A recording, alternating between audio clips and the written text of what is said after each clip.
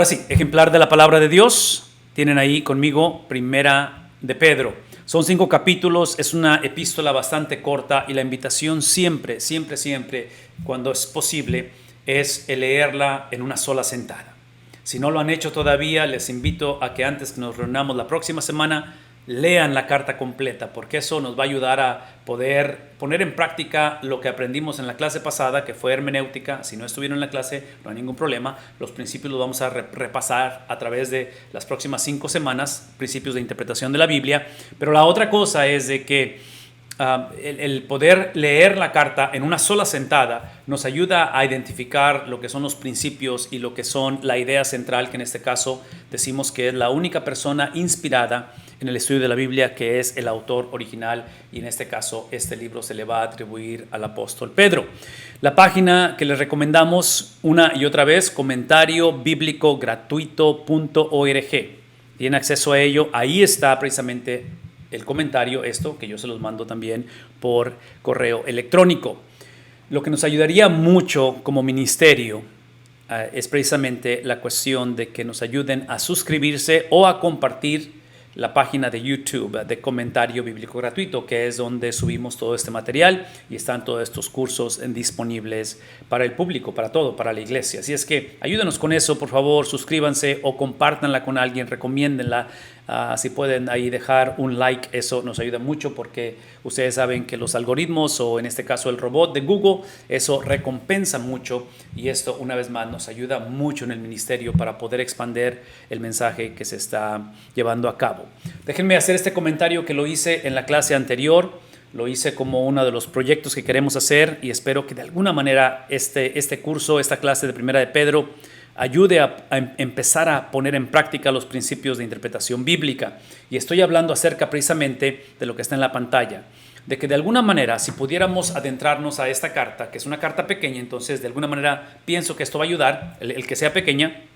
Si pudieran ustedes pensar conmigo en el fin del curso, de aquí a 5 semanas, la meta no es simplemente conectarnos y transferir o recibir información de la palabra de Dios. Esencial y fundamental que lo es. Pero en lo personal me encantaría invitarles a que de alguna manera, para los que tenemos el privilegio de predicar sermones semana tras semana, aún si lo hacemos eventualmente, o para los que tenemos el privilegio de enseñar la Biblia en estudios bíblicos, o simplemente de una manera personal, estudiar la Biblia personalmente, me encantaría que a través de esta serie, o a través de este curso, ustedes y yo pudiéramos elaborar nuestra propia serie de sermones o nuestros propios estudios bíblicos. Así es que a través de lo que vamos a estar enseñando, voy a estar haciendo pausas donde les voy a invitar y les voy a decir: si estoy por predicar esta serie, si estoy por predicar el libro de Primera de Pedro, esto es lo que voy a incluir del pasaje basado en lo que estamos estudiando. Ese es mi punto. Así es que otra vez, si están tomando nota, que me encantaría que tomaran nota, tome nota a través de esa meta, o a través de ese propósito. ¿Cómo puedo estudiar este libro? No solamente para edificación personal o desarrollo personal, pero al exponerlo, ¿cómo crearía, cómo formaría esto? Ahora, para los que han estado con nosotros anteriormente, ustedes saben que una característica de la enseñanza va a ser bombardearnos y bombardear con mucha información. El reto de todo predicador, de todo maestro de la Biblia, muchas de las veces, la mayor parte de las veces, no es tanto compartir el material, es restringirnos de compartir todo lo que tenemos, porque típicamente nos apasiona la palabra del Señor, nos apasiona el estudio, nos apasiona la iglesia. Entonces queremos compartir lo más que podemos, pero siempre el tiempo es limitado. Entonces, ¿cómo le hacemos para, otra vez, de alguna manera empezar a pulir la información que tenemos? Entonces, esa va a ser parte del reto, parte de lo que queremos hacer a través de este estudio. La transferencia, hablando acerca de la meta de este estudio, quiero que piensen en algunos principios con respecto a Primera de Pedro. Hablamos de la transferencia de títulos del Antiguo Testamento de Israel a la iglesia. Una vez más, una de las cosas que no le hacemos justicia a la palabra de Dios es precisamente la transición cultural, la transición religiosa en un contexto no ideal, en un contexto real, y digo opresión romana. Hay una situación en el tiempo en que eso se está escribiendo, obviamente reciente, lo que fue la celebración de la semana pasada. Estoy hablando de reciente en unos cuantos años, que estaba reciente la cuestión de la muerte, la sepultura y la resurrección de Jesús. Entonces es un periodo de muchas transiciones. Y en ese periodo transitorio, esta es una de las transiciones muy grandes. El hecho de poder transferir los títulos que el Antiguo Testamento le atribuye a la nación de Israel, ahora atribuidos o dados o puestos en la iglesia. Y esta es una transición extremadamente grande porque culturalmente hablando, ustedes saben que hablar del pueblo de Israel en el Antiguo Testamento es exclusivamente judíos. Y ahora la iglesia, que es parte de los destinatarios, a quien Pedro está escribiendo, es un grupo o son personas o son culturas y grupos étnicos más allá de los judíos. Un material, este estudio puede verse como un material de capacitación para la iglesia. Y piensen conmigo en términos de material para discipular a nuevos creyentes. Es lo que sería Primera de Pedro. En otras palabras, es lo que se cree que se usó esta carta. Originalmente para eso se usó, ¿sí? El cual usó textos mesiánicos del Antiguo Testamento. Inclusive, aquí tenemos la serie de los textos en contraste entre Primera de Pedro con Isaías, Primera de Pedro, y ahí están los diferentes capítulos del 53 y el 50, bueno, todos son 53 realmente. Pero quiero que vean eso porque otra vez, en ese periodo de discipulado, acabo de decirlo, los destinatarios de la carta, las iglesias a las que Pedro está escribiendo, son personas convertidas al evangelio. Entonces hay que discipularlas y esta carta va a ser usada para ello. Aunque Pedro fue llamado específicamente para ministrar a los judíos, ese fue su llamamiento, ¿sí? Él, Pedro, al igual que el apóstol Pablo, adivinen qué hizo. Trabajó tanto entre judíos como gentiles. Hay evidencias de que Pedro se va a expandir a la cuestión de salir fuera del judaísmo o fuera de la cultura judía para ministrar. Esto me hace pensar en la cuestión del ministerio, del llamado, del llamamiento, me hace pensar en la vida, en el hogar, en el matrimonio, de que esto que está en la pantalla lo defino con la palabra ajustes. La vida, el matrimonio, el ministerio requiere ajustes. El punto, y aquí es donde entra la palabra de Dios, el punto no es si vamos a hacer ajustes o si vamos a ser llevados a hacer ajustes. Yo argumentaría que lo que hace la palabra de Dios es que te permite hacer los ajustes necesarios y los ajustes pertinentes para que el nombre de Cristo sea glorificado. La conversión, piensen en lo que estamos diciendo en cuestión del apóstol Pedro, haciendo el ajuste de trabajar con gentiles. La conversión de Cornelio le demuestra a Pedro la radical, esto es radical, esto no lo esperaba el apóstol Pedro, inclusión o inclusividad del evangelio. ¿Qué estamos diciendo? Que Primera de Pedro refleja esta nueva realidad. En otras palabras, hay un estudio que se hizo a tiempo atrás, estudio bíblico, y yo diría que sería principios de los 90, mediados de los 90, no recuerdo, pero el autor es Henry Blackaby y el estudio se llama Mi experiencia con Dios. Y él explica en ese estudio que la pregunta equivocada es orar a Dios y decir cuál es la voluntad de Dios para mi vida. Él dice, la pregunta correcta es cuál es la voluntad de Dios y cualquiera que sea, me ajusto a ella. Entonces, es lo que encuentro yo aquí. Encuentro aquí a Pedro literalmente ajustándose a la voluntad de Dios. Entendemos ahora que el plan redentor eterno de Dios, establecido antes de la fundación del mundo, en Cristo se va a cumplir y simplemente lo que está haciendo Pedro se está uniendo a lo que Dios ya está haciendo, ¿verdad? Entonces la pregunta no es cuál es la voluntad de Dios para mi vida, la pregunta es cuál es la voluntad de Dios y mi vida se adapta, se ajusta, se une a ella. Entonces piensen conmigo en estas transiciones culturales que quiero que piensen en lo que implica ello porque son transiciones extremadamente importantes en cultura, religiosamente, en cuestión de cosmovisión, en cuestión del movimiento de Dios que hoy en día hasta cierta manera siento que esas transiciones en nuestra vida se han hecho normativas, hasta cierta manera es el diario vivir de cada uno de nosotros y es en ese contexto en que podemos reintroducir o introducir por primera vez evangelismo o discipulado, lo que no transiciona, lo que sigue siendo lo mismo que en este caso es el evangelio. Rápidamente hablemos un poquito acerca de los destinatarios, porque esto es extremadamente importante a quién está escribiendo el apóstol Pedro. Típicamente estas cartas o epístolas, si ustedes lo saben eso, porque lo han escuchado una y otra vez, se les conoce como cartas ocasionales. Algo está pasando en la iglesia o iglesias que el autor de la Biblia, el Espíritu Santo, escoge a estos varones para poder lidiar, para poder hablar, para poder otra vez llevar a cabo la labor que la palabra de Dios lleva a cabo en una condición, en una situación específica. Entonces, hablamos de destinatarios, ¿sí? Precisamente con esta información que llamamos interna. O sea, es la información que la misma Biblia provee cuando dice el apóstol Pedro, dice que él es el apóstol de Jesucristo a los expatriados de la dispersión. Esa es su audiencia original. ¿Por qué? Porque hemos dicho esta frase y la voy a repetir una vez más. La Biblia fue escrita para nosotros, pero no fue escrita a nosotros. Y aquí está un ejemplo. Esto es escrito a los expatriados de la dispersión. Y esto lo he dicho anteriormente, pero en los grupos de WhatsApp donde participo, uno de ellos es precisamente el grupo con el cual mi generación que gradué de secundaria. Estoy hablando de los años que viví en México, en el entorno en el que viví. Entonces, ese grupo de WhatsApp, de repente ponen cosas, fotos, dicen chistes que tienen que ver con el contexto en el cual crecimos allá en los 80s, estando en la secundaria. Entonces, estoy hablando acerca de eso porque piensen conmigo, dentro de esta cultura hay palabras, hay frases, hay chistes, hay implicaciones que tienen que ver con su cultura que no es la de nosotros. Entonces, si yo agrego a uno de ustedes a ese grupo de WhatsApp, potencialmente o eventualmente van a necesitar ustedes que se les explique de qué estamos hablando, porque hay un lenguaje implícito en la cultura de la cual venimos como grupo desde los 80s. Entonces, algo similar sucediendo aquí. Hay una cultura implícita, hay algo que está dentro de ellos que nosotros no tenemos acceso o no tuvimos acceso. Una es por el tiempo, la distancia que hay en cultura, otra vez, en las cosas que son obvias, ¿verdad? Entonces, por eso es que es importante reconocer que en este caso, estas provincias, y digo provincias porque está la lista ahí del Ponto, Galacia, Capadocia, Asia, Bitinia, ¿sí? Estas provincias romanas, asumiendo que los gálatas era un grupo étnico asentado al norte de Galacia, ¿sí? Estaban ubicadas lo que hoy se le conoce como el norte del país de Turquía. Eran zonas que aparentemente Pablo no evangelizó, ¿sí? Y aquí están las evidencias internas de ello, ni tampoco Pedro.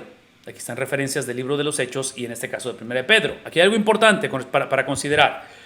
Posiblemente estas iglesias fueron fundadas, piensen conmigo en Hechos capítulo 2, ¿verdad? Del Pentecostés. Fundadas por los judíos convertidos que regresaron a sus tierras después de haber estado en la celebración del Pentecostés. Entonces piensen conmigo en el 722, que es Asiria conquistando el reino del norte. Estamos hablando del profeta Jonás, estamos hablando del profeta Jonás, estamos hablando de Isaías en el sur, Jonás en el norte, con otros profetas, Amós. Y aquí es el punto. En esa conquista de Asiria en el 722 sobre el reino del norte, llevan expatriados o en exilio a la nación de Israel, 10 tribus, reino del norte. 150 años después, aproximadamente después de ese evento trascendental, en el 586, es Babilonia que hace lo mismo con el reino del sur, que son las tribus de Judá y de Benjamín. ¿Qué es el punto? Que en esos exilios, tanto el 722, 586, muchos judíos que tuvieron la oportunidad de regresar después de que pasa, o sea, la era posexílica, que es la era de Nehemías, de Esdras, de todos los profetas, de Abdías y todos ellos, muchos no regresaron. Entonces, las prácticas con respecto en este caso, la fiesta del Pentecostés, venían desde esas tierras, venían a Jerusalén año tras año. En una de esas ocasiones, ustedes lo saben, es cuando encontramos el Pentecostés, y en esa conversión de muchos, primer sermón de Pedro, convertidos 3,000, al regresar se cree que estas iglesias a las que está escribiendo Pedro son el producto de la siembra de iglesias a través de esa conversión de esos judíos que ya son muchas generaciones después de los exilios. En fin, todo esto lo mencionamos porque aunque probablemente esas iglesias originalmente se iniciaron con creyentes judíos, al momento en que Pedro escribe, en su mayoría estaban formadas por gentiles, no solamente judíos, que anteriormente eran, aquí están evidencias, ¿por qué pensamos que eran gentiles? Evidencias internas, ignorantes acerca de Dios, a diferencia de que el judío obviamente crecía dentro de ese monoteísmo, ¿verdad? Conocían de Dios, habían sido instruidos en la palabra de Dios, practicaban una vida vana heredada de sus padres.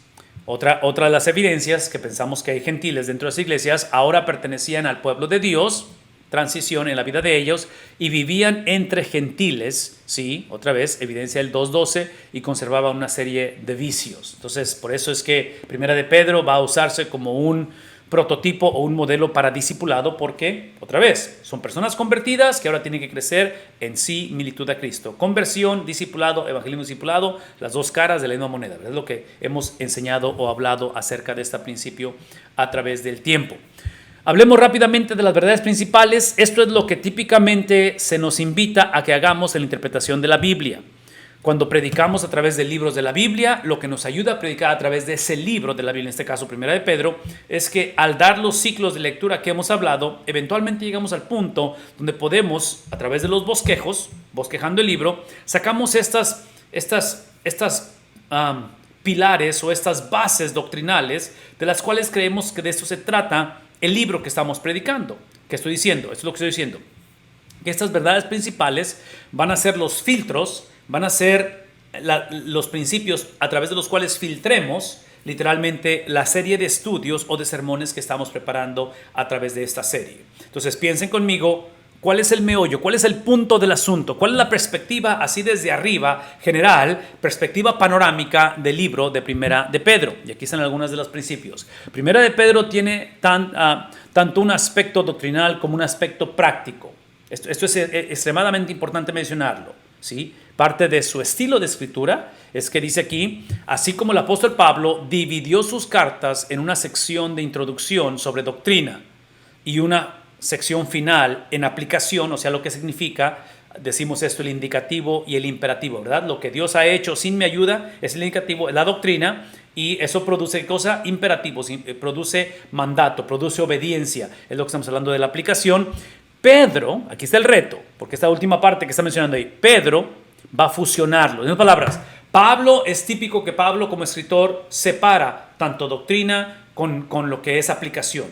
Pedro, y aquí está el reto con Pedro, nos va a retar esto como lectores e intérpretes de la Biblia, lo va a fusionar y lo va a entretejer.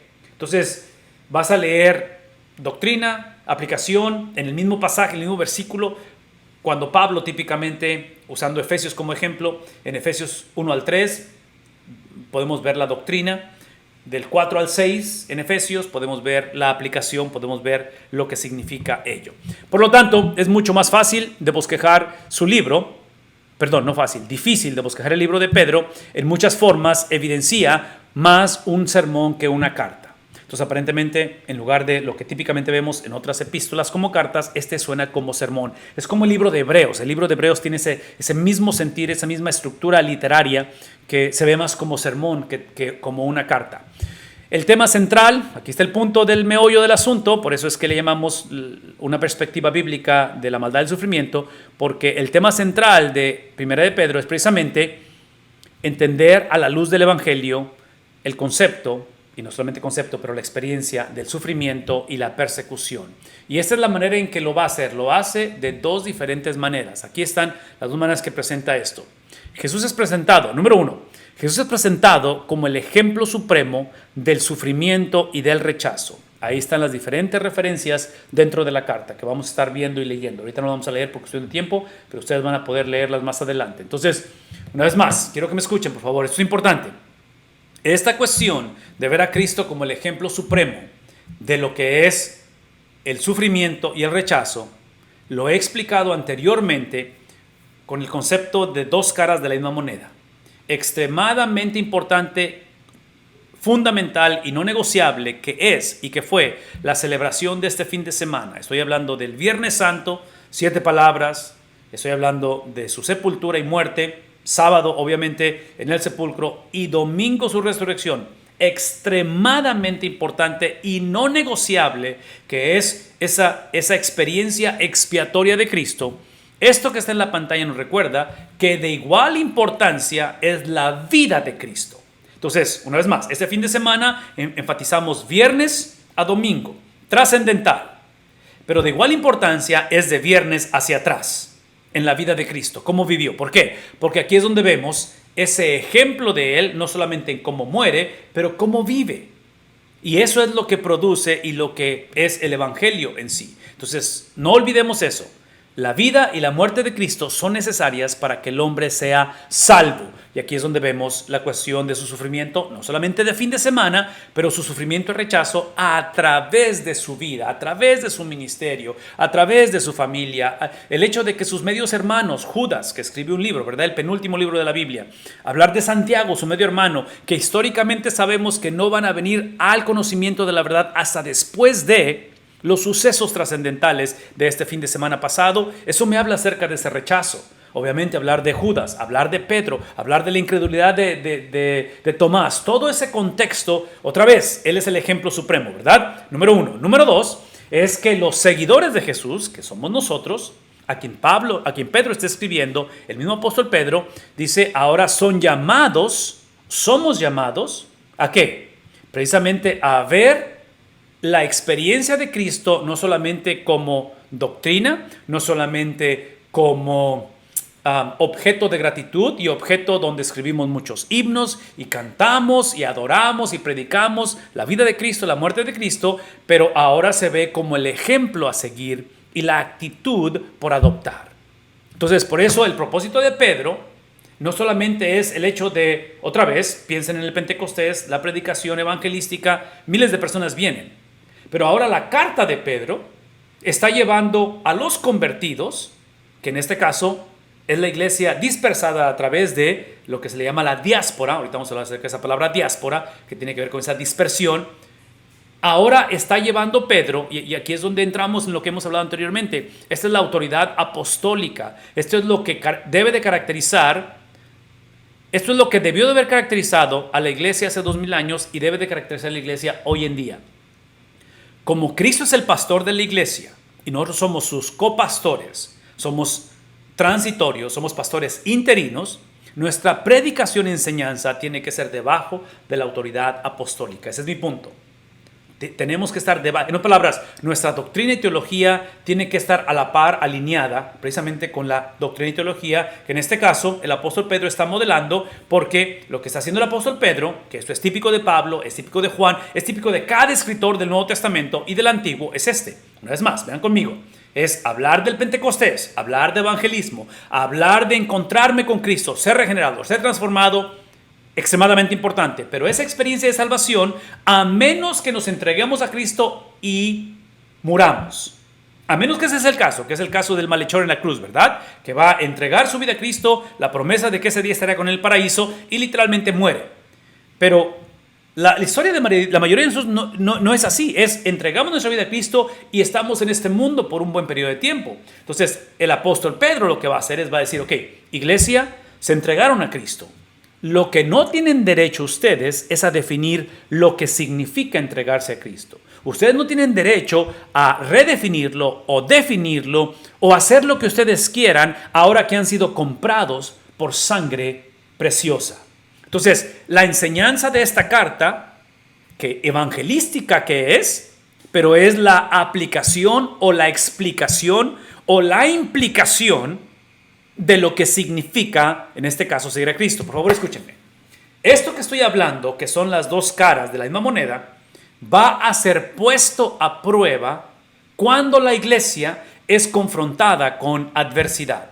Entonces, lo que la adversidad expone, el sufrimiento, las calamidades, la maldad que constantemente está atacando o amenazando a la iglesia, lo que va a poner en evidencia, lo que saca a flote, es precisamente si la iglesia ve la evangelización y el discipulado como las dos caras de ¿qué cosa? De la misma moneda. Cuando la iglesia, que es el caso de la iglesia dispersa en este caso, y la iglesia hoy en día, divorciamos por conveniencia o ignorancia, divorciamos el haberme entregado a Cristo con lo que implica entregarme. Cuando eso es divorciado, es cuando nuestra teología o nuestra reacción o nuestra cosmovisión, especialmente en frente de la maldad y el sufrimiento, no es la misma que la de los apóstoles o la de Cristo. Y ahí es donde nos metemos en problemas. ¿Por qué? Esta es la razón, y escúchenme aquí por favor. Ustedes y yo sabemos, y hemos vivido lo suficiente en este mundo, y espero que conozcamos lo suficiente de la Biblia, que la meta del cristianismo no es evitar ni sufrimiento en la tierra, ni mucho menos el infierno cuando morimos. Eso está implicado y es obvio que queremos asegurarnos que el sufrimiento en la tierra no sea por negligencia y por soberbia. Pero aquí está mi punto. Mi punto es de que tenemos que asegurarnos que esta perspectiva bíblica de la maldad y el sufrimiento lo veamos como el preámbulo, porque esa no es la meta. La meta no es tener la perspectiva bíblica. La meta es que la perspectiva bíblica de la maldad y el sufrimiento la aprendamos antes de encarar la maldad y el sufrimiento. Número uno. Número dos.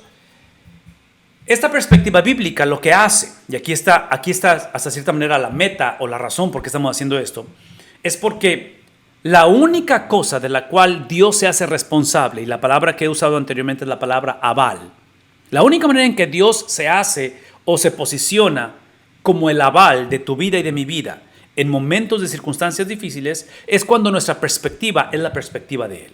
La palabra de Dios es la perspectiva de Dios. Entonces, por eso es que, una vez más, el punto aquí no es evitar sufrimiento, no es evitar infierno, eso está implicado. El punto aquí es que al final de la conversación, independientemente qué suceda, independientemente cómo termina la historia, cómo nos va la próxima semana o cómo se desarrolla cualquiera que sea, la meta es que Dios se haga responsable de las consecuencias de nuestra perspectiva.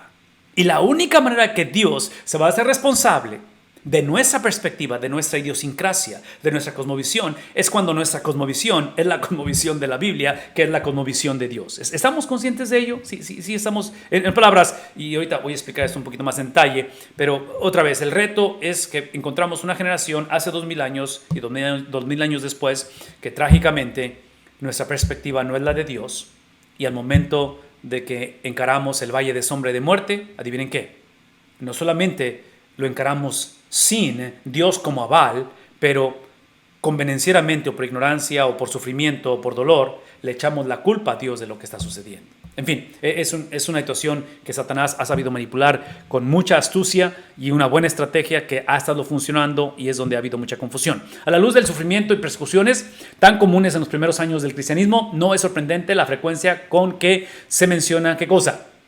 La escatología y segunda venida.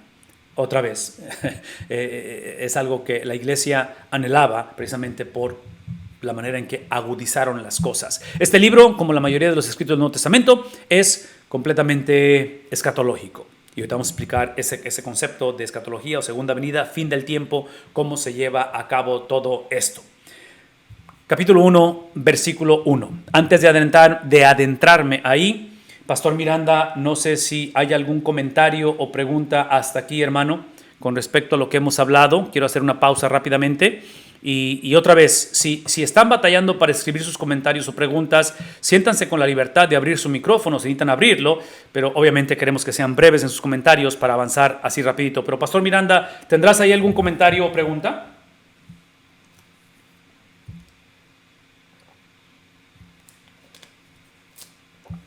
No, pastor, todavía no hay ninguna pregunta. Perfecto. No comentarios. Minutos.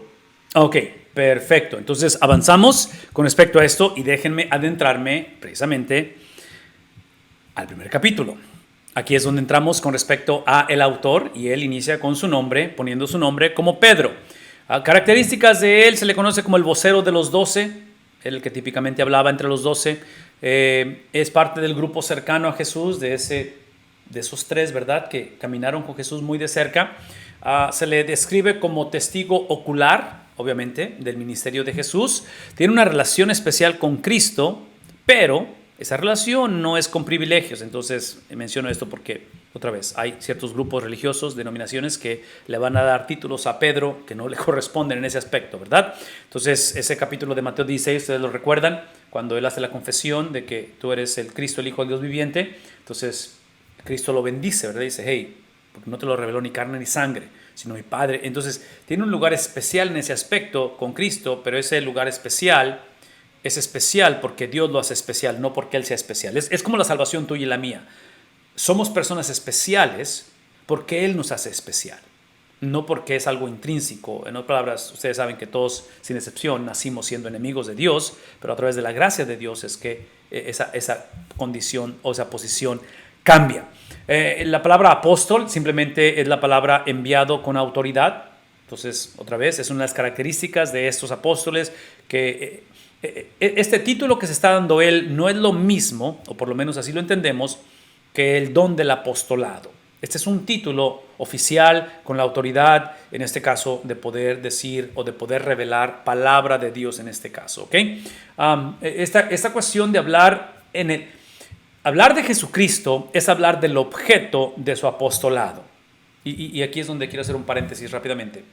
El objeto del apostolado, y en este caso como título, pero aún si habláramos de los dones, ¿verdad?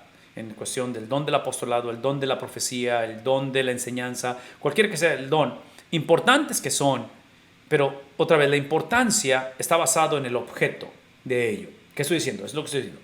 Que cuando hablamos de las habilidades de la persona, que no es el caso aquí, otra vez, este es un título, ¿verdad? Pero quiero hacer este paréntesis, porque él está hablando de su apostolado basado en el objeto. El objeto es Cristo Jesús. Entonces, más vale que todo lo que hacemos a nivel pastoral, a nivel familiar, a nivel de trabajo, a nivel personal, a nivel recreacional, tiene que ser para la gloria de Dios. Él es el objeto, Él es el aval, ¿verdad? Entonces, el aval implica que Él se responsabiliza de mi apostolado, en el caso de Pedro. Él se responsabiliza de qué cosa, de mi llamamiento. Él se responsabiliza, y ustedes nombren las cosas.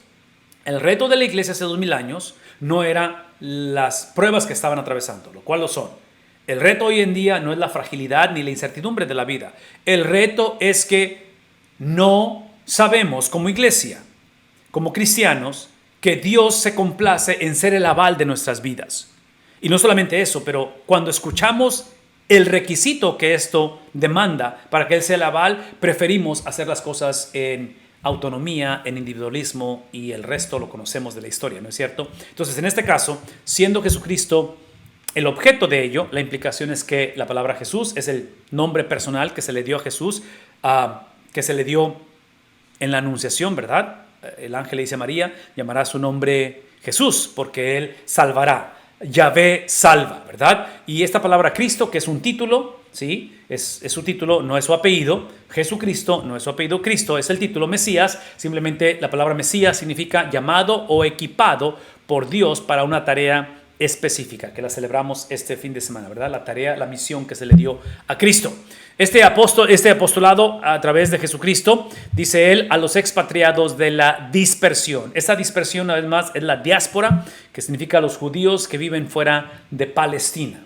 Y estos judíos, otra vez, nos movemos 700, casi 800 años antes de este tiempo, que son cuando los exilios se llevan a cabo. Ustedes recordarán que hemos hablado de esto porque hemos estudiado a Amós, hemos estudiado a Jonás. Entonces, son los profetas de ese tiempo. Hablar acá de la diáspora o del exilio en Babilonia a través del reino del norte, reino del sur. Estamos hablando de profetas como Jeremías, estamos hablando de Daniel, de Ezequiel, Nahum. Todos esos profetas mayores y menores es en la siguiente parte de todo esto que está o causó la diáspora.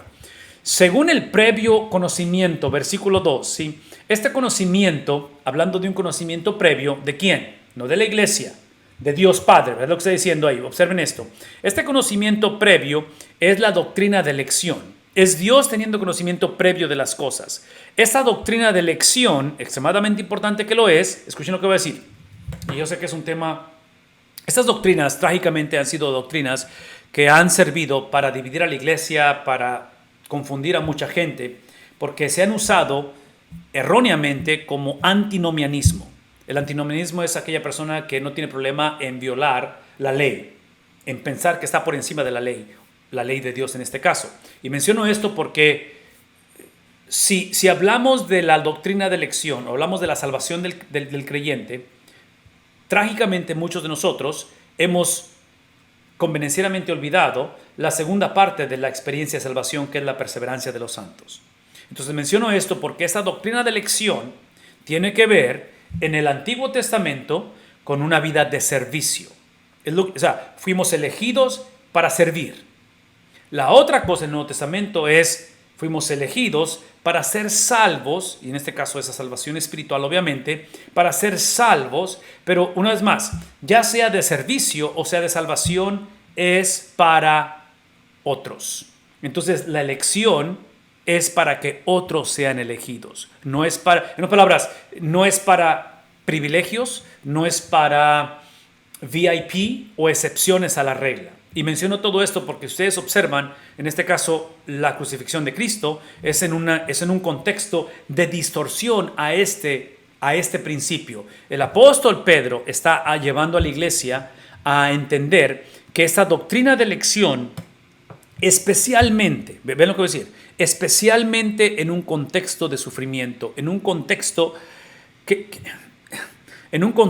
de abuso, de bullying, en un contexto de tráfico humano, de exilio, esta doctrina de elección tiene todo el sentido de la palabra. En otras palabras, pensar en un Dios que soberanamente elige tiene mucho sentido cuando sientes o cuando vives una etapa en tu vida que no parece ser que eres elegido de Dios, que cuestionas precisamente la soberanía de Dios porque todo lo que estoy experimentando es como que si Satanás es soberano o aparentemente la cultura es soberana, excepto Dios. Entonces, el apóstol Pedro, hablando de una iglesia que está en un contexto, otra vez, de dispersión, en un contexto de confusión interna, y una iglesia que cuando lleguemos a Segunda de Pedro a estudiarlo, nos vamos a dar cuenta que Segunda de Pedro es el cumplimiento de muchas de las advertencias que están aquí. Y menciono esto porque Segunda de Pedro es mucho más difícil de leer, porque ya en Segunda de Pedro está sucediendo todo lo que Pedro les advirtió en Primera de Pedro. ¿Qué estoy diciendo? Esto es lo que estoy diciendo. Que en un contexto de dificultad, en un contexto donde nada se está moviendo de acuerdo a lo que pensábamos que iba a suceder, nada se ve favorable, es cuando esta doctrina tiene sentido. Porque aun cuando soy despreciado, aun cuando soy abusado, aun cuando injustamente he perdido privilegios o he perdido seres queridos, aun cuando, y ustedes pueden terminar la frase, piensas en lo que Dios previamente sabía, que mi condición y mi sufrimiento, mi devastación, mi luto y mi desesperación no toma a Dios por sorpresa. Ahora, me podrán decir, ¿qué diferencia hace eso? El saber que Dios de antemano sabe las cosas y aún así, mira lo que estoy viviendo. Qué bueno que me preguntaron, porque para ahí va el asunto. Vean la diferencia que hace. Dice el apóstol Pedro, este previo conocimiento de Dios Padre, usa ese lenguaje de familia, ¿sí? Dice, ¿cuál es el propósito? Es para la obra santificadora. Entonces, este conocimiento previo de elección, el cual no depende de las circunstancias que estamos viviendo. Escuchen lo que decir. El conocimiento previo de Dios no depende de las circunstancias que estamos viviendo. Es simplemente, aquí está el punto, en momentos difíciles, en momentos caóticos, en momentos inexplicables, donde el dolor ni siquiera lo puedo articular, yo necesito regresar a este mensaje apostólico de la doctrina de elección, conocimiento previo de Dios, porque lo que Él está manifestando y está llevando a la iglesia a pensar es que Dios nunca, en su conocimiento previo, Él nunca anticipó que no iba a haber dificultades. Él lo que anticipó es que en su conocimiento previo, en medio de dificultades, hablando de su iglesia, Él iba a usar las dificultades para santificarnos. Eso es lo que va a hacer el conocimiento previo. Eso es lo que hace la perspectiva bíblica. Es donde ahora mi experiencia, mi dolor, mi sufrimiento, mi luto, Dios tiene la habilidad, por su conocimiento previo, de literalmente tomarlo y usarlo para santificar. Es una experiencia santificadora. Está refinando mi vida porque hemos entendido que el objetivo de ese conocimiento previo no es simplemente que la persona evite el infierno o evite calamidades, pero literalmente que nos semejemos a Cristo. ¿Cuándo? No cuando muramos, aunque lo vamos a hacer, pero es en esta vida. Esto implica, santificación implica el ser apartados, ¿qué dice aquí? Para una tarea o asignatura. Entonces, el conocimiento previo aparentemente de Dios es el habernos apartado, somos salvos porque había un conocimiento previo.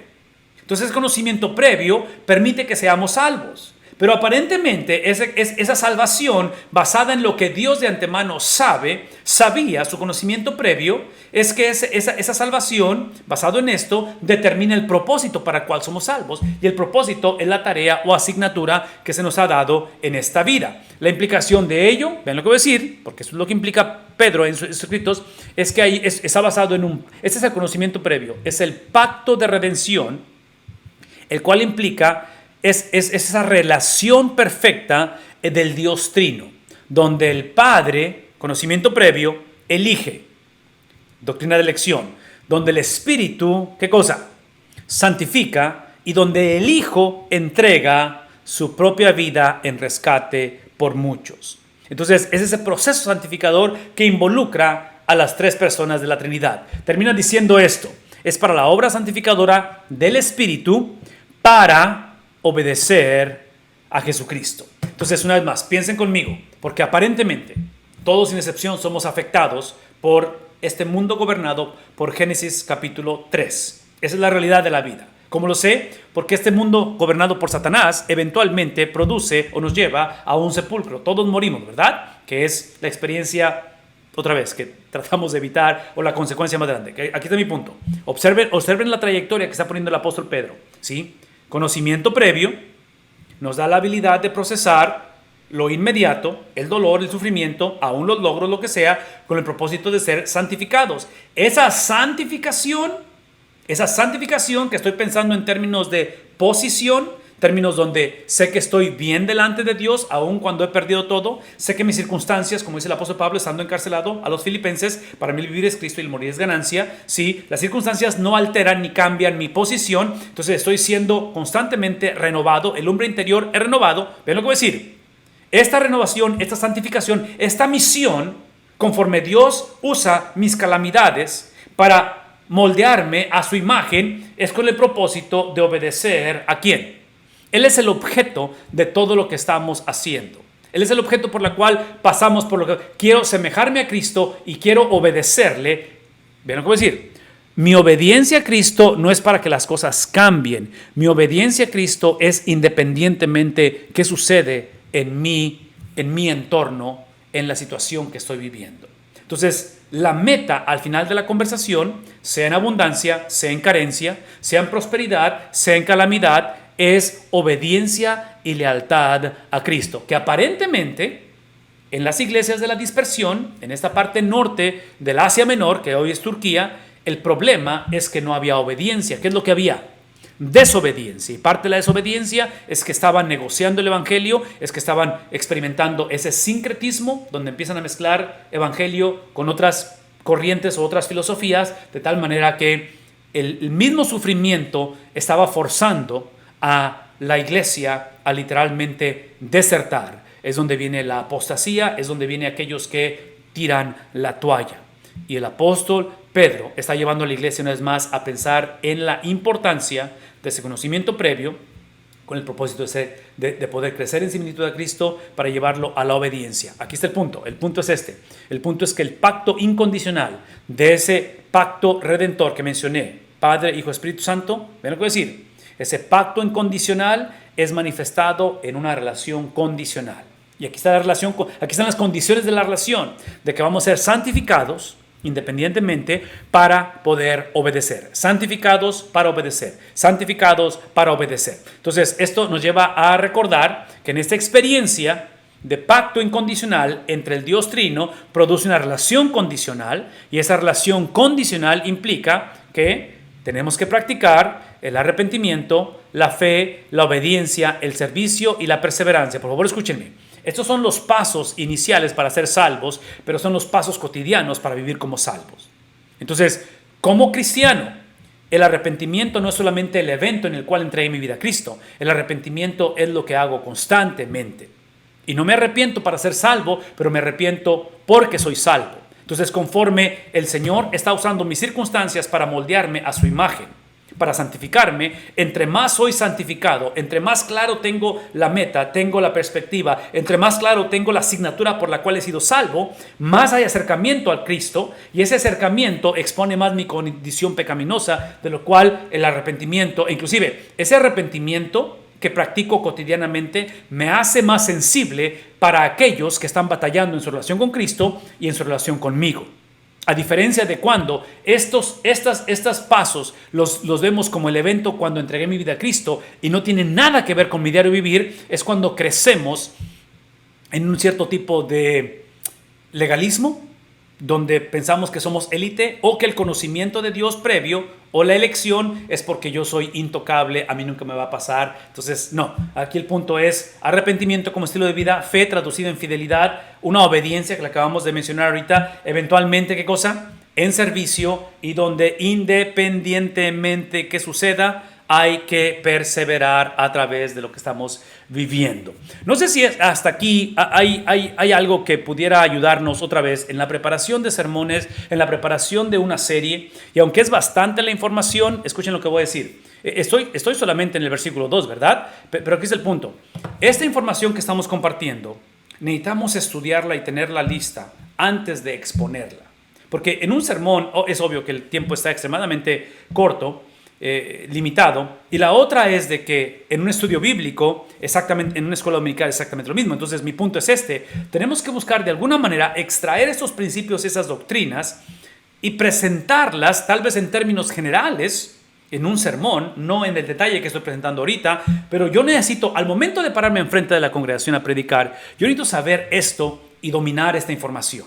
De tal manera que el dominio de esa información y saturarme de esta información y ver y conectar cómo es que, otra vez, conocimiento previo, santificación, obediencia a Cristo y eventualmente el resto de esto, sí, me ayuda a simplemente compartir un solo principio, una sola verdad en lo que estoy presentando. En fin, aquí el punto es obediencia a Cristo y ser rociados con su sangre. Este rociamiento de la sangre implica limpieza y perdón, regresando al lenguaje del Antiguo Testamento, inauguración del libro del pacto y la inauguración de una nueva posición. Observen las referencias del Pentateuco con respecto a ello, porque es la Biblia de ellos, ¿verdad? La Biblia que usaron los apóstoles y en este caso la iglesia del primer siglo.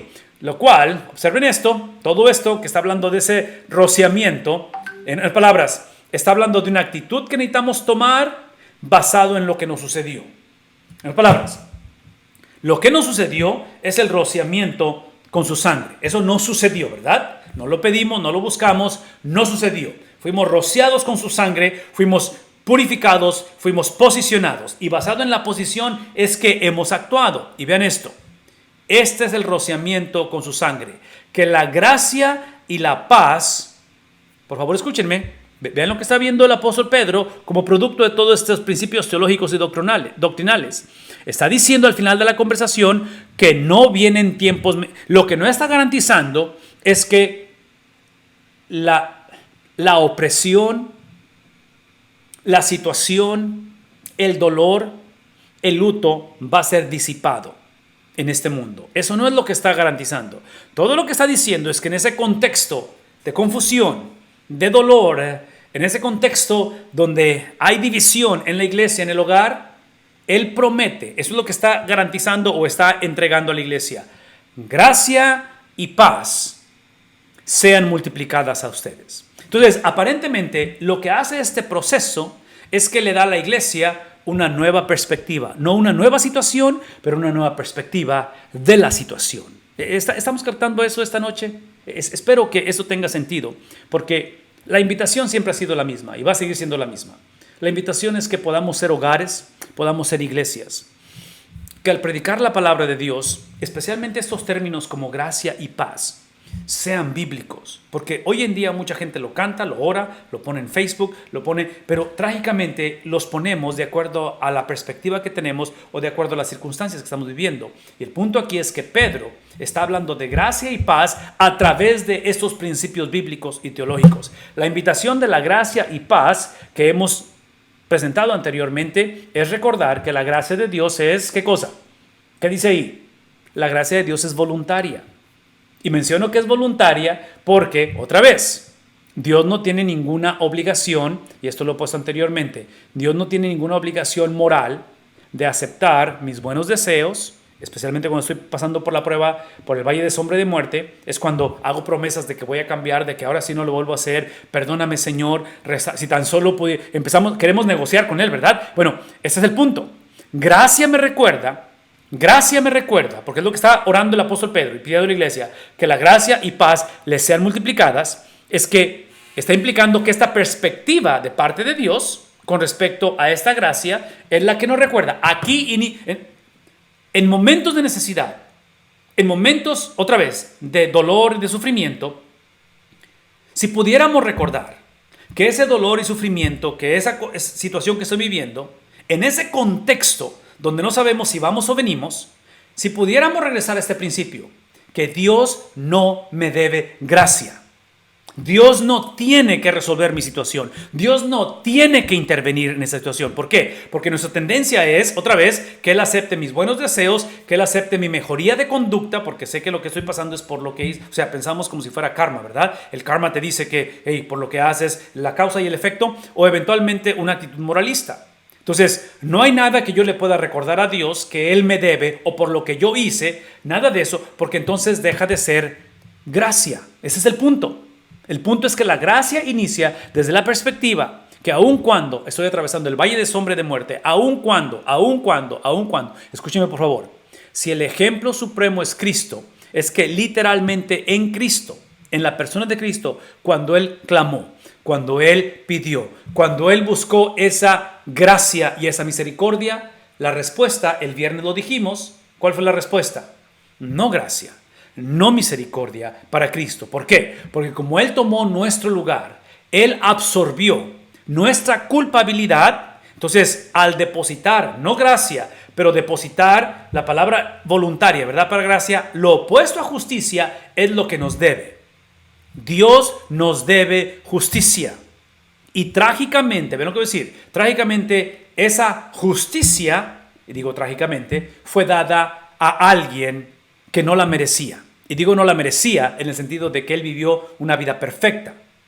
De tal manera que ese viernes, Él en su perfección, dice el apóstol Pablo, que el que no conoció pecado, por nosotros, para que pudiéramos conocer su gracia y misericordia, Él absorbió esa justicia voluntariamente. ¿Qué es el punto? El punto es este.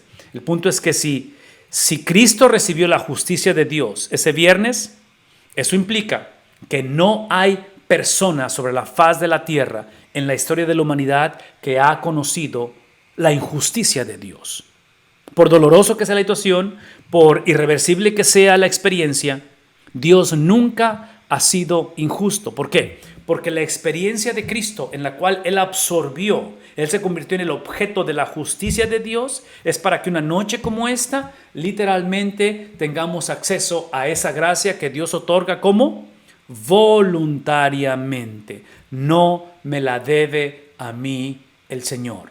Él voluntariamente la ejerce conforme Él le place. De tal manera que en el versículo 3 dice Él, bendito.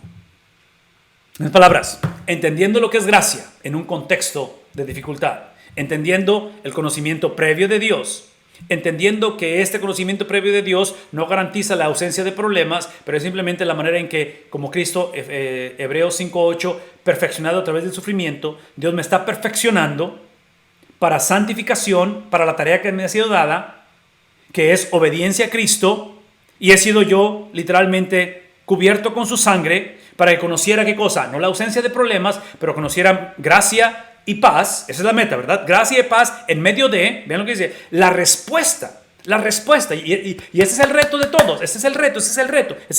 La respuesta a esta condición es lo que llamamos doxología.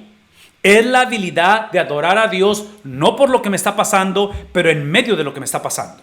La respuesta del apóstol Pedro en este contexto, basado en la palabra, basado en el conocimiento previo y todo lo que hemos explicado, es que Pedro literalmente responde en doxología. Esta bendición que está dando es lo que, y no recuerdo cómo se dice esta palabra en español, no sé si existe esta palabra en español, pero esa bendición que Pedro está expresando y que espera que la iglesia practique cotidianamente. ¿Por qué? Lo practicamos porque Él no me debe la gracia, pero Él, ¿qué cosa? Él me la da voluntariamente, está accesible. Está accesible, es el punto, ¿verdad? Entonces respondemos de esta manera y es lo que típicamente decimos o dice una persona en testimonio positivamente de la vida de alguien que está tendido su cuerpo en un ataúd, en un culto fúnebre. Es cuando empezamos a dar esas referencias y recordamos a la persona con agrado, sus testimonios, pasa alguien y habla acerca del abuelito y las cosas positivas de ello. Eso es lo que está diciendo el apóstol Pedro, lo cual dice él, este es el objetivo de su doxología, de su adoración, sea el Dios y Padre, ¿sí?, de nuestro Señor. Entonces está usando esa supremacía, ese título de Señor que se le daba a los césares, se le daban a ellos mismos, es ese concepto de ser señores, ellos se hacían dioses, ¿verdad? Es el dominio, es el nombre que a Cristo se le dio por sobre todo nombre, donde toda lengua confesará, toda rodilla se doblará, es el título de Señor, sí, y a la misma vez es el contraste de una vida de servicio cuando lo presenta como Dios y Padre, esa terminología de miembro de familia. De tal manera que dice, quien según su gran misericordia. Su gran misericordia. Entonces, una vez más, el apóstol Pedro, en un contexto no ideal, pero real, él reconoce el carácter de Dios. El carácter de Dios, lo acaba de decir en versículo 2, proveyó la abundancia o multiplicación de ¿qué cosa? De gracia y de paz. Por favor, escúchenme. Es lo que quiero que entendamos. Pedro está llegando al punto de llevar a la iglesia y llevarnos hoy en día a nosotros, de que entendamos que la gracia y misericordia no es la ausencia de juicio o de dificultades. La gracia y la misericordia son los distintivos de la persona de Dios. Y me voy a adelantar un poquito a lo que estamos por leer, pero este es mi punto. Gracia y misericordia esto es lo que significa gracia y misericordia. Es que al final de la jornada, largo o corto que sea el peregrinar de la iglesia, en dificultades o en abundancia, por favor escúchenme, al final de la jornada lo que obtenemos no es la ausencia de problemas, no son calles de oro y mar de cristal, eso está implicado, ¿verdad?, en cuestión de ese lugar llamado el cielo. Gracia y misericordia es cuando la iglesia entiende que difícil e incomprensible que es el dolor en este mundo, mi galardón es una persona. La herencia inmarcesible es Cristo, el cual intercede esta noche por aquellos que estamos pasando momentos difíciles. Y que aun cuando en un momento dado no vemos que la situación mejora, la gracia y la misericordia es tener la visión de que al final de la conversación lo que obtengo es a una persona, es al Dios de gracia, es al Dios de misericordia. De tal manera que al verlo a Él como ver su gran gracia, su gran misericordia, como está diciendo el versículo, es entender que Él, en un contexto de dificultad, es el personaje principal. Yo, en mi condición de dificultad, yo, en mi condición de, otra vez, de no saber qué hacer, Escojo confiar en la confiabilidad. Escojo depositar mi fe en su confianza.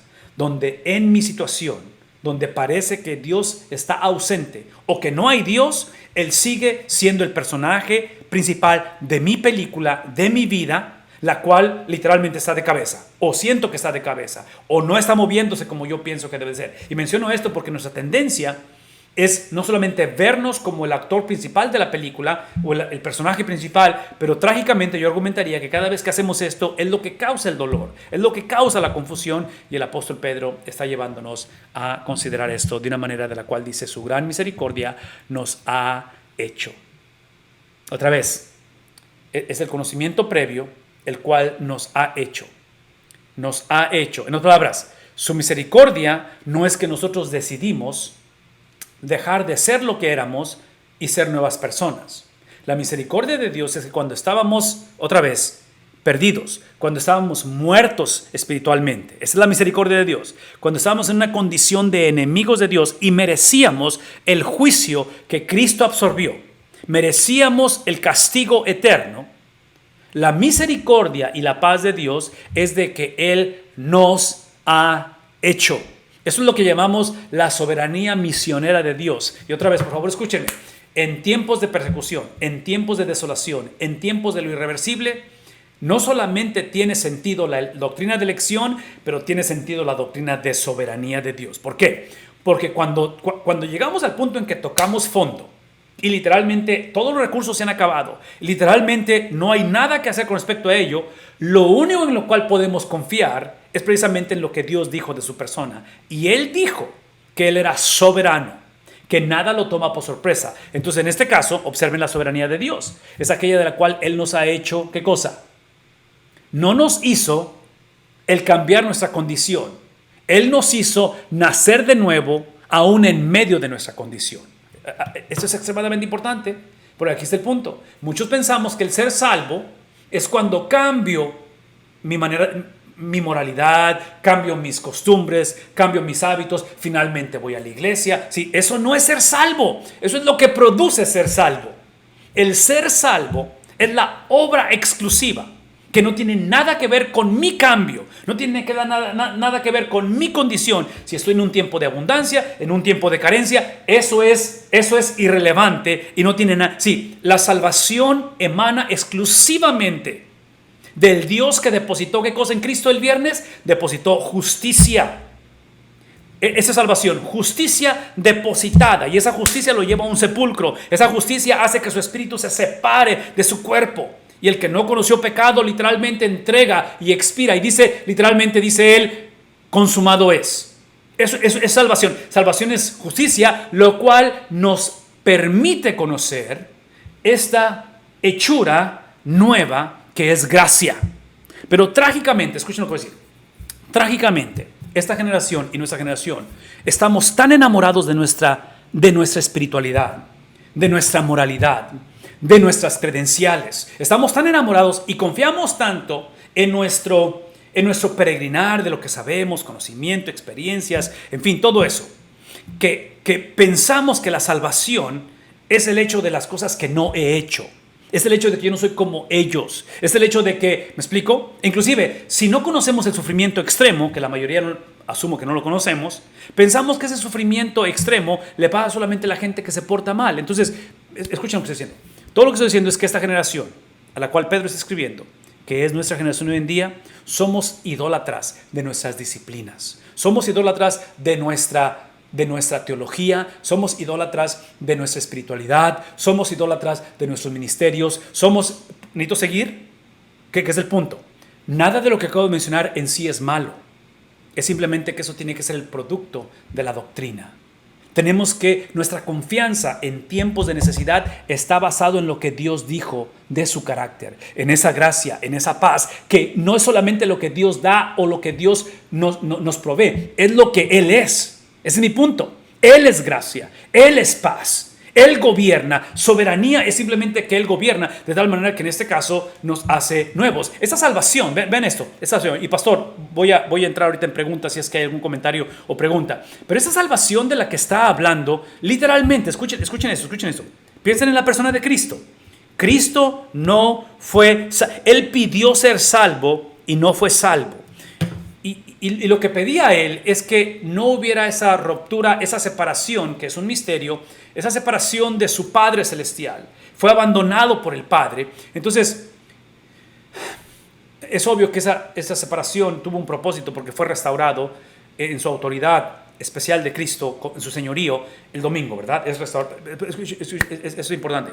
Esta cuestión de ser salvo, de nacer de nuevo, la implicación es que la salvación del hombre, basado en lo que estamos hablando, la salvación del hombre no es principalmente de calamidades, dificultades, opresión y eventualmente del infierno. Todo eso está implicado en la salvación, pero la salvación principalmente es de Dios. Soy salvo de la ira venidera. Porque si Dios depositó la ira en Cristo este fin de semana y lo hemos celebrado, escuchen lo que voy a decir. Lo depositó en Cristo para que en este periodo, entre la primera venida y segunda venida, el hombre tenga acceso a la gracia de Dios. Por gracia sois, ¿qué dice Pablo?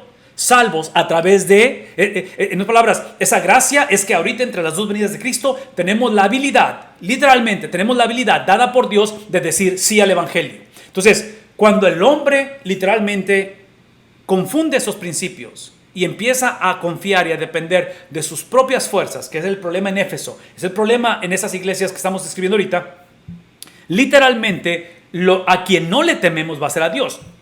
El hombre necesita ser salvo de Dios, ser salvo de sí mismo y ser salvo del infierno. Esto implica que la salvación es una transacción legal, doble transacción legal, donde el viernes yo le transferí a Cristo mi pecado y el domingo Él me transfirió su justicia o su vida. De tal manera que, otra vez, legalmente, eso es lo que sucede en la salvación, legalmente, no tiene que ver con conducta, no tiene que ver con sentimientos, no tiene que ver con testimonio. Legalmente somos, ¿qué cosa? Inocentes. Legalmente, como si nunca hubiéramos pecado. Legalmente, por la doble transacción, literalmente Dios nos ve como si hemos obedecido toda la Biblia, porque la única manera de reconciliar mi vida con Dios es a través de cumplir la ley. Es obvio que no la hemos cumplido. ¿Quién la cumplió? Cristo. Entonces, obediencia, su cumplimiento de Él, porque Él cumplió toda la ley, nos la ha transferido, nos ha vestido con esa justicia de Él, ¿verdad? Y legalmente, ¿qué somos? Somos miembros de la familia de Dios. Escuchen lo que voy a decir. A través de las edades, Dios había hablado a través de oficios, a través de sacerdotes,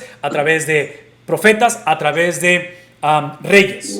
Pero dice el libro de Hebreos que ahora por primera vez ha hablado a través de un miembro de familia y nos ha hecho miembros de esa familia, y por eso es que somos literalmente hijos de Dios. Esta salvación obviamente incluye arrepentimiento, fe, obediencia y perseverancia, que hemos hablado de ello. Eso es importante. El Espíritu de Cristo, esa es la gracia de Dios. El Espíritu de Cristo trae la convicción, trae la revelación del Evangelio, nos bautiza o nos sella en Cristo y literalmente forma a Cristo en nuestras vidas. La salvación es instantánea y progresiva. Instantáneamente nuestro espíritu, alma y cuerpo son salvos, pero progresivamente, ¿sí? Porque es justificación y santificación, es donde ahora nuestro espíritu es salvo instantáneamente, nuestra alma o emociones son progresivamente salvos, o sea, es santificación, y eventualmente es nuestro cuerpo que lo reflejo en la cuestión de la glorificación cuando recibiremos un nuevo cuerpo. Todo esto lo explico una vez más porque la salvación es la bienvenida, dar la bienvenida a una persona, ese es Cristo, afirmar las verdades de esa persona y adoptar el estilo de vida de Cristo. Hermanos, escuchen esto. Todo lo que acabo de decir tiene que convertirse en un estilo de vida. Lo que Pedro está enseñando no es simplemente principios para corregir doctrina torcida. Es una cosmovisión, es una perspectiva bíblica reflejada ¿en qué cosa? En relaciones interpersonales. No solamente con Dios, pero unos con otros en ese aspecto. Pastor, ¿habrá algún comentario o pregunta antes de moverme a lo que sigue? Háblame. Sí, pastor, hay una pregunta y se la comunico de inmediato. Aquí estoy. Dice el hermano Pastor Juan López, como pregunta: si Cristo es mi aval en el sufrimiento, en la prueba o en la disciplina.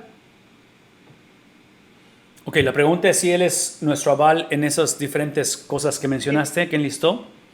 Claro, si es nuestro aval en el sufrimiento, lo es entonces también en la prueba y en la disciplina, haciendo la diferencia que en las dos situaciones se sufre, ¿no? Claro. Como tal, y la disciplina también. O sea, la palabra prueba y la palabra disciplina son bastante amplias, pero seguramente, según lo que dice el libro de Hebreos, la disciplina del Señor viene de Dios también. También podría ser la disciplina de la iglesia, ¿cierto? Que también conlleva dolor. Y obviamente que la prueba entendida como situación de crecimiento. Definitivamente. ¿Qué es lo que hemos estado enfatizando en la santificación? Sí, tienes toda la razón. Entonces, de esta manera respondería esto. Y esto no lo mencioné al principio, debí de haberlo mencionado, pero esta pregunta me está llevando a mencionarlo. Aparentemente la iglesia de la dispersión, las iglesias de la dispersión, estaban atravesando sufrimiento. El reto del sufrimiento que estaban experimentando, porque aquí es donde entra la cuestión del aval, es que aparentemente el sufrimiento que estaba atravesando la iglesia no era el sufrimiento del cual Dios se puede hacer responsable o puede Él ser el aval. Que es el sufrimiento por negligencia, o sea, es el sufrimiento de lo opuesto, ¿no? Es el sufrimiento que no confía en el conocimiento previo de Dios. Es el conocimiento, sí, el sufrimiento es el sufrimiento que descartamos la soberanía de Dios, descartamos Es el sufrimiento que piensa que Dios, la existencia de Dios, depende de mis circunstancias. Entonces, si me va bien, Dios existe. Si me va mal, Dios no existe o me ha abandonado. Entonces, aquí el punto es este. La iglesia, aparentemente, a las iglesias que está hablando Pedro, estaban atravesando prueba y Pedro está diciendo esto. Asegúrense que cuando atraviesan las pruebas, sean las pruebas por el conocimiento previo de Dios, el plan establecido desde antes de la fundación del mundo, que es reflejado en la persona de Cristo, al cual hemos sido invitados a ser parte de Él. Entonces, la manera en que Dios se hace aval de nuestras vidas es cuando como cristianos entendemos que parte de nuestro llamado o parte de nuestra vocación es precisamente el sufrimiento. De que la pregunta no es ¿por qué a mí? La pregunta es ¿por qué no? Esa es la pregunta. Si Cristo es el modelo a seguir. Es obvio que nuestro sufrimiento no es un sufrimiento de redención, porque es el que le corresponde a Cristo. Pero es simplemente entender que el apóstol Pablo, en el capítulo 3 de Filipenses, dándose ese encontronazo con los judaizantes, precisamente habla acerca de cómo para él considera todo basura. Hebreos de la tribu de Benjamín y todo eso que describe él, lo considera basura con el propósito de ¿qué cosa? De unirse a Cristo ¿en qué? En los padecimientos. ¿Por qué? No tanto porque Pablo disfrutaba padecer, no tanto porque Pablo le gustaba padecer, pero él entendía que el padecimiento era el producto de lealtad a Cristo. Porque viviendo en un mundo gobernado por Génesis capítulo 3, el príncipe del aire es Satanás. Toda persona que depende, que basa su vida en el conocimiento previo de Dios, toda persona, basado en el versículo 2, conocimiento previo de Dios, con el propósito de ser, otra vez, apartado, moldeado, apartado, santificado. Toda persona que ve la santificación como la meta, basado en el conocimiento previo de Dios. Toda persona que entiende que la santificación es para obedecer a Cristo en este mundo garantiza sufrimiento. Ese es el punto. Entonces, la pregunta está hablando si Cristo va a ser el aval mío.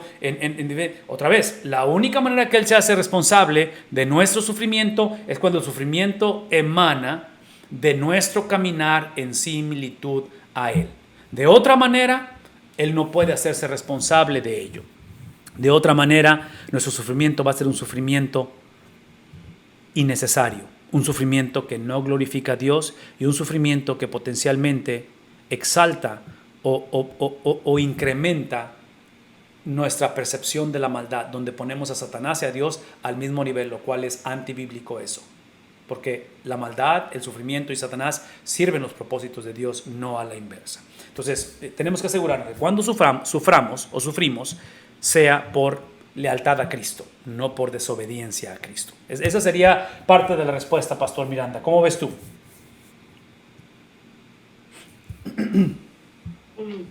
Un comentario también, Pastor, que seguramente lo vamos a ver después en el momento del tiempo, cuando lleguemos al capítulo 4, ¿cierto? Uh-huh. Y me pareció haber visto el comentario del doctor Bob sobre el contexto, que es lo que acabamos de estudiar en las semanas anteriores, ¿verdad? Sobre hermenéutica, la interpretación, la consideración del contexto en toda su generalidad, que es muy distinto a nuestro sufrimiento.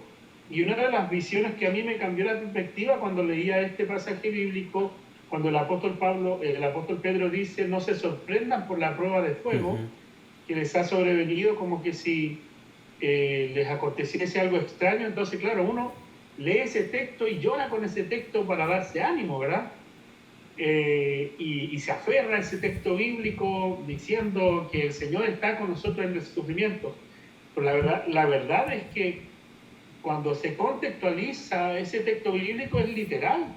La prueba de fuego era ver a los hermanos en postes quemándose literalmente. Entonces, desde la perspectiva de un creyente, ver que la fe al hermano le alcanzó para terminar en amor hacia el Señor, en obediencia hacia el Señor, uh-huh, quemado por el gobierno romano, porque Nerón estaba quemando la ciudad, pero alumbraba la ciudad con hermanos creyentes, con hermanos cristianos, que los levantaba en postes y los quemaba ahí mismo. Entonces, imagínense el sufrimiento de lo que el apóstol Pedro le estaba diciendo, es decir, no es un sufrimiento como el nuestro, que son enfermedades, sin desestimar, por supuesto, lo que pasaba. Perder familiar, ¿cierto? Porque tuvo alguna situación, un accidente. Y claro, el sufrimiento es sufrimiento al fin y al cabo. Sí. Lloramos por diferentes motivos. Pero en este caso era la persecución. Entonces, cuando el apóstol Pedro hablaba de la prueba de fuego, era literal, era algo que los hermanos entendían perfectamente. Claro, claro.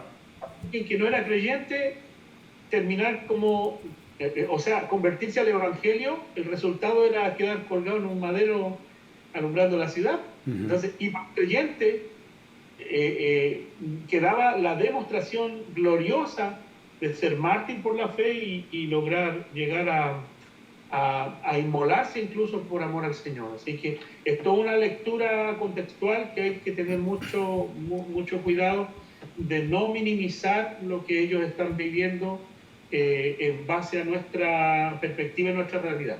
Eso, pastor. Sí, pastor, definitivamente, y gracias por lo que estás recordándonos, porque ese capítulo 4, cuando lleguemos ahí ahorita que mencionaste, es precisamente la referencia que estaba haciendo con respecto a no sorprendernos, y no sorprendernos, y la otra es asegurarnos que cuando sucede, o sea, es el producto de, otra vez, vivir en un mundo el cual, irónicamente, y esa es la ironía de la parte de ello, porque lo que acabas de explicar ahorita me recuerda o me lleva a la pregunta que le hacen los discípulos precisamente en la ascensión: ¿restaurarás el reino?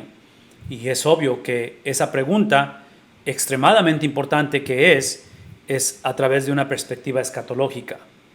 Y dijimos al principio que estas cartas, yo argumentaría que todas las epístolas, el Nuevo Testamento, es escrito desde una perspectiva escatológica. Es con el entendimiento de que Cristo, de que este sufrimiento real y tangible que es, irreversible que puede ser, no es el fin de las cosas. Por eso es que nosotros, obviamente, hablamos de 3 muertes: la muerte espiritual, que es como todos nacemos; la muerte física, que todos conoceremos probablemente; y la muerte segunda. Entonces, la perspectiva escatológica, la muerte segunda es obviamente morir sin Cristo y condenación eterna. Pero el cristiano procesa tanto la muerte espiritual, como nacemos, y la muerte física la procesa a través de la escatología, a través de la venida de Cristo, donde el cristiano no ve la muerte física como un punto final, sino como una coma. No cesa la vida, no cesa la existencia de la vida. Es simplemente esa transición que hacemos todos, pero el punto es el punto es la escatología, el punto es la segunda venida de Cristo. Escuchen lo que voy a decir. Importante que es la segunda venida de Cristo, sobre todo en tiempos de persecución, pero por favor escúchenme.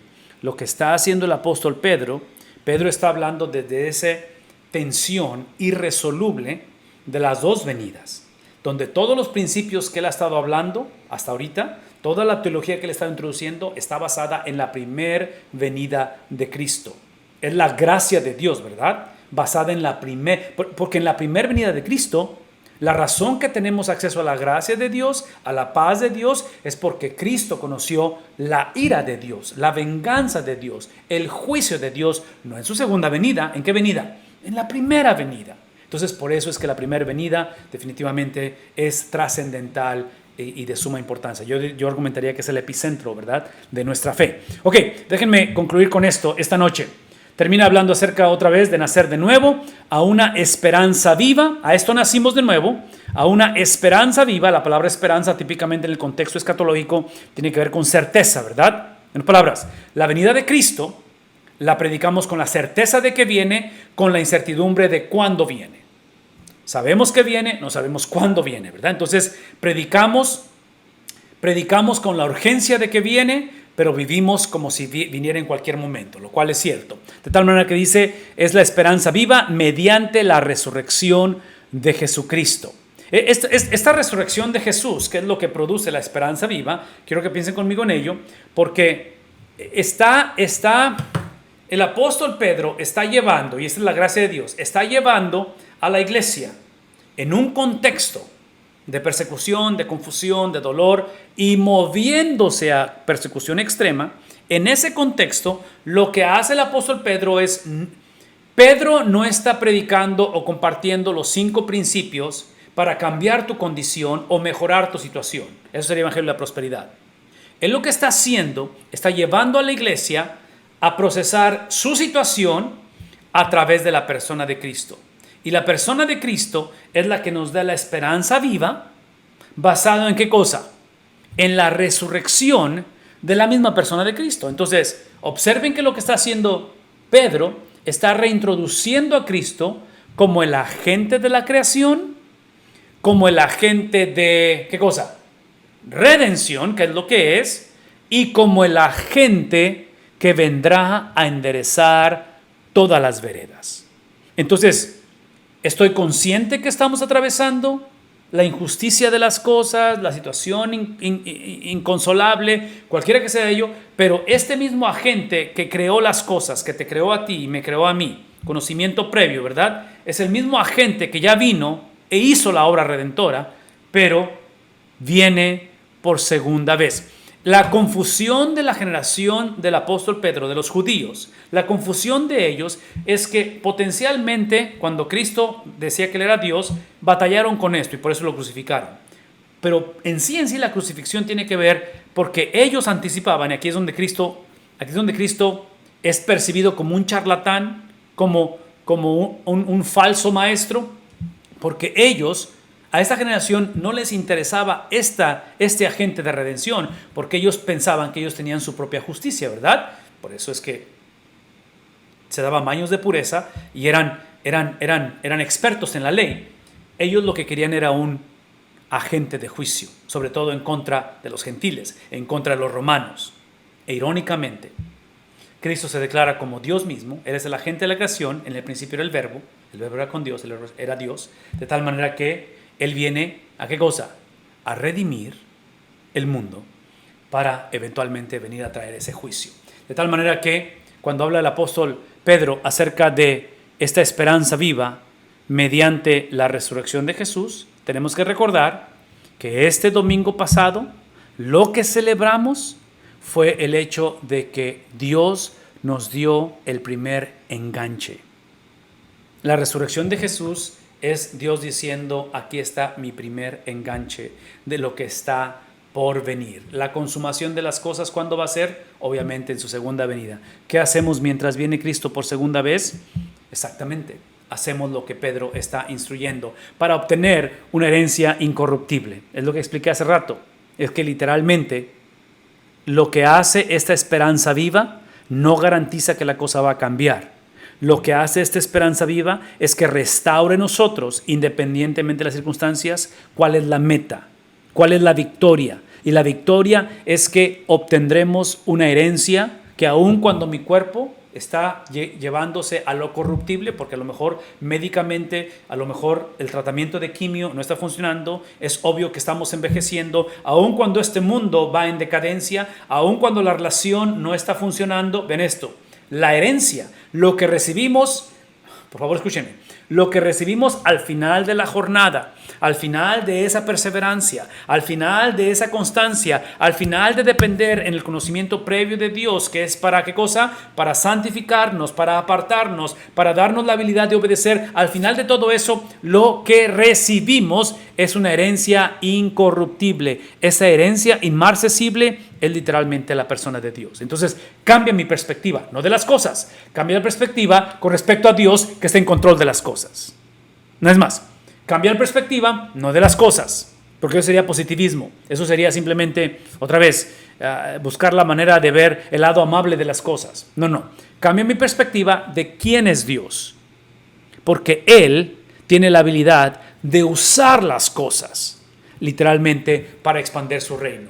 Esa herencia incorruptible, inmaculada y que no se marchitará. Esta es la herencia de la cual otra vez describimos a través de 3 cosas que tienen que ver con, otra vez, indestructible, incontaminada e inmarchitable o inmarcesible, que es lo que acabamos de describir aquí.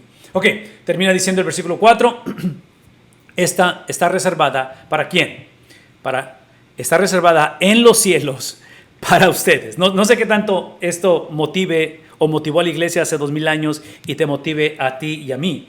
Pero es obvio que está hablando acerca de esa experiencia en la cual hay una certeza de llegar a ese punto en el cual es en los cielos. Inclusive, esto es importante, observen que la última palabra es corporal, ¿verdad? Entonces está reservada no para ti, está reservada para ustedes. ¿Por qué? Y aquí está un principio que quiero que se lleven, me gustaría que lo anotaran. Todo eso que estamos hablando acerca de la perspectiva de Dios, de poder mantener la perspectiva de Dios, no solamente de las cosas, pero de Dios, el cual controla las cosas, no solamente hablar de quién es Dios, esa herencia inmaculada, esa herencia que no se marchita. Por favor, escúchenme. Yo voy a argumentar, y esta es completamente mi perspectiva, yo no creo que hay cristiano o persona que puede afirmar esto en tiempos de desolación, en tiempos de carencia, en tiempos de confusión, solo, como individuo.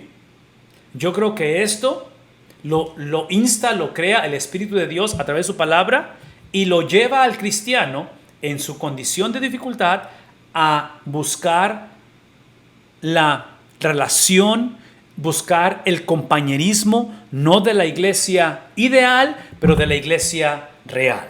Entonces, esta es la impresión que tengo y es lo que me ha tocado ver a través de los años y la lucha que yo tengo interna conmigo mismo. Típicamente, las personas que cambian su perspectiva de Dios y no pueden percibir a Dios como la herencia inmarcesible, inmaculada, que no se marchita, son personas que han vivido o procesado la tragedia, la dificultad sin el apoyo de otros. Ese es mi punto. Que es extremadamente importante que las dificultades, y piensen en cuestión de la crianza de hijos y de nietos, porque es obvio que nadie está exento de pasar lo que están pasando estos cristianos, ¿verdad? Nadie está exento. Entonces la pregunta no es si vamos a pasar o van a experimentar la dificultad y el sufrimiento. La pregunta es, ¿en qué contexto lo vas a atravesar? ¿En qué contexto? ¿Con quién lo vas a atravesar? Y si somos honestos, somos una cultura extremadamente individualista, autónoma, autosuficiente, que al final lo que sufre, ¿quién sufre? Es literalmente nuestra perspectiva del carácter de Dios. Cada vez que nuestra perspectiva, nuestro entendimiento del carácter de Dios es distorsionado, eventualmente nuestra imagen y nuestro conocimiento de quiénes somos va a ser distorsionado. La única manera de saber quiénes somos es cuando sabemos quién es Él. Entonces, todo esto lo menciono porque esto que está hablando acerca de cómo está reservada en los cielos para ustedes, por favor escúchenme, no está reservada por la perseverancia de nosotros, la cual es importante porque hablamos acerca de arrepentimiento, hablamos de fe, hablamos de servicio, salvación, hablamos de obediencia y hablamos de perseverancia. Eso es lo que hace, son los componentes, eso es lo que produce la salvación. Pero escúchenme por favor, porque yo sé que una noche como esta, donde nadie está exento de estas situaciones difíciles, ha puesto a prueba nuestra habilidad de continuar. Y menciono todo esto porque nos caracteriza precisamente la falta de continuidad. Somos personas que típicamente o nos rendimos, nos distraemos, en fin, ¿qué es mi punto? Mi punto es esto. Cuando habla acerca de que está reservada en los cielos para ustedes, esa garantía de que está reservada para nosotros está basado exclusivamente en el que está en el cielo intercediendo por nosotros. Esa es la garantía. La garantía no es que vamos a acabar la carrera bien, de que no vamos a tirar la toalla, de que no nos vamos a rendir. Todo eso oramos y debemos de hacerlo.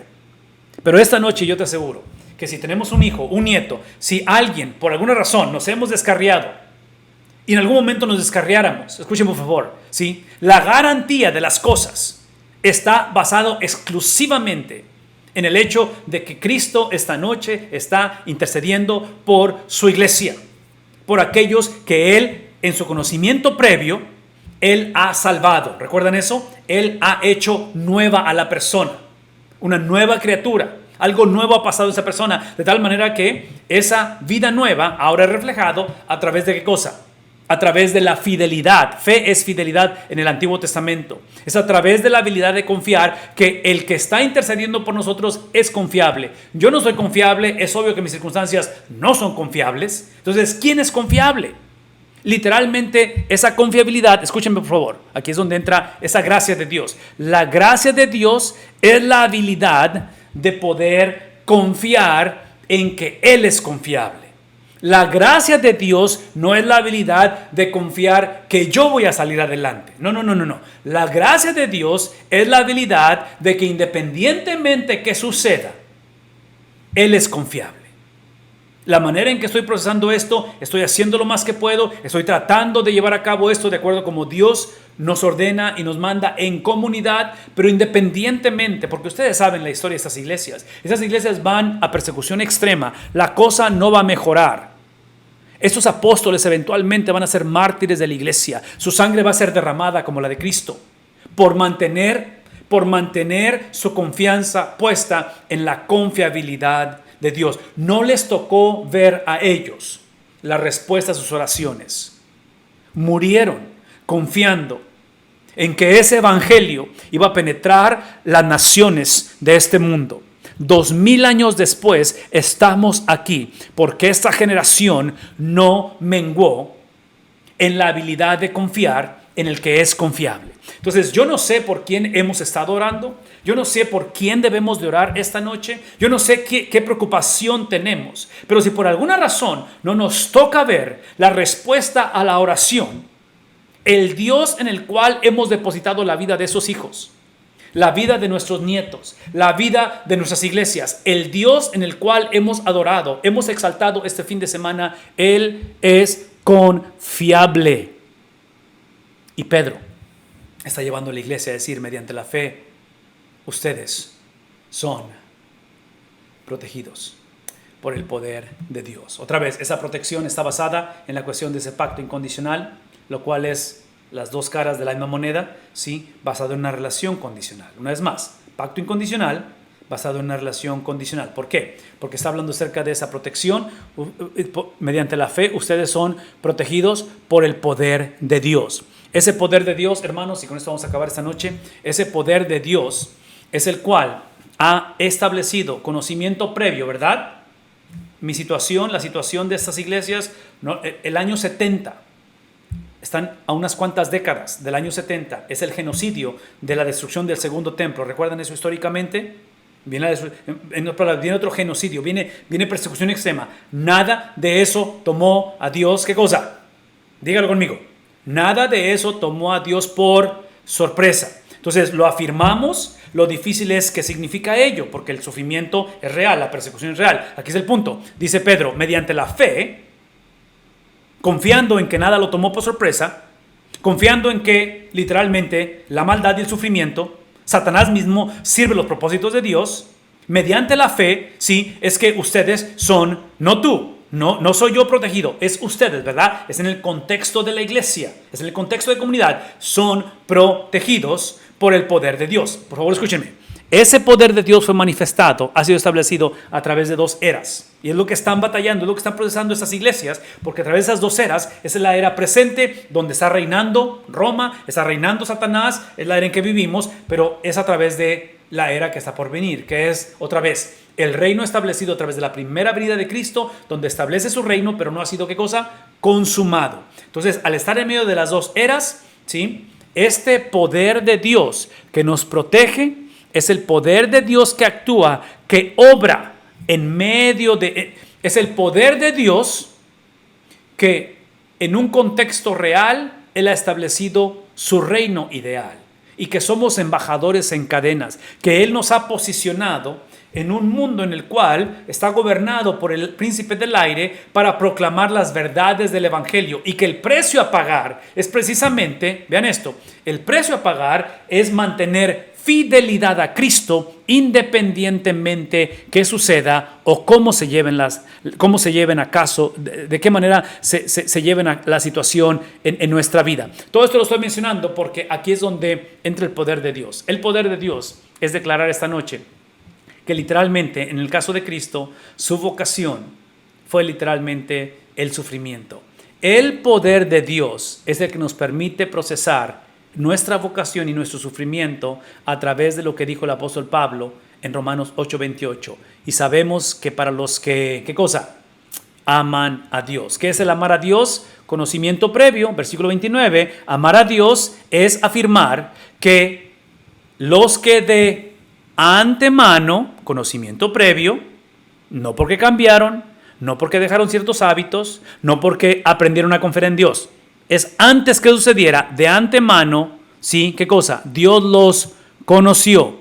Y porque los conoció es que los ha...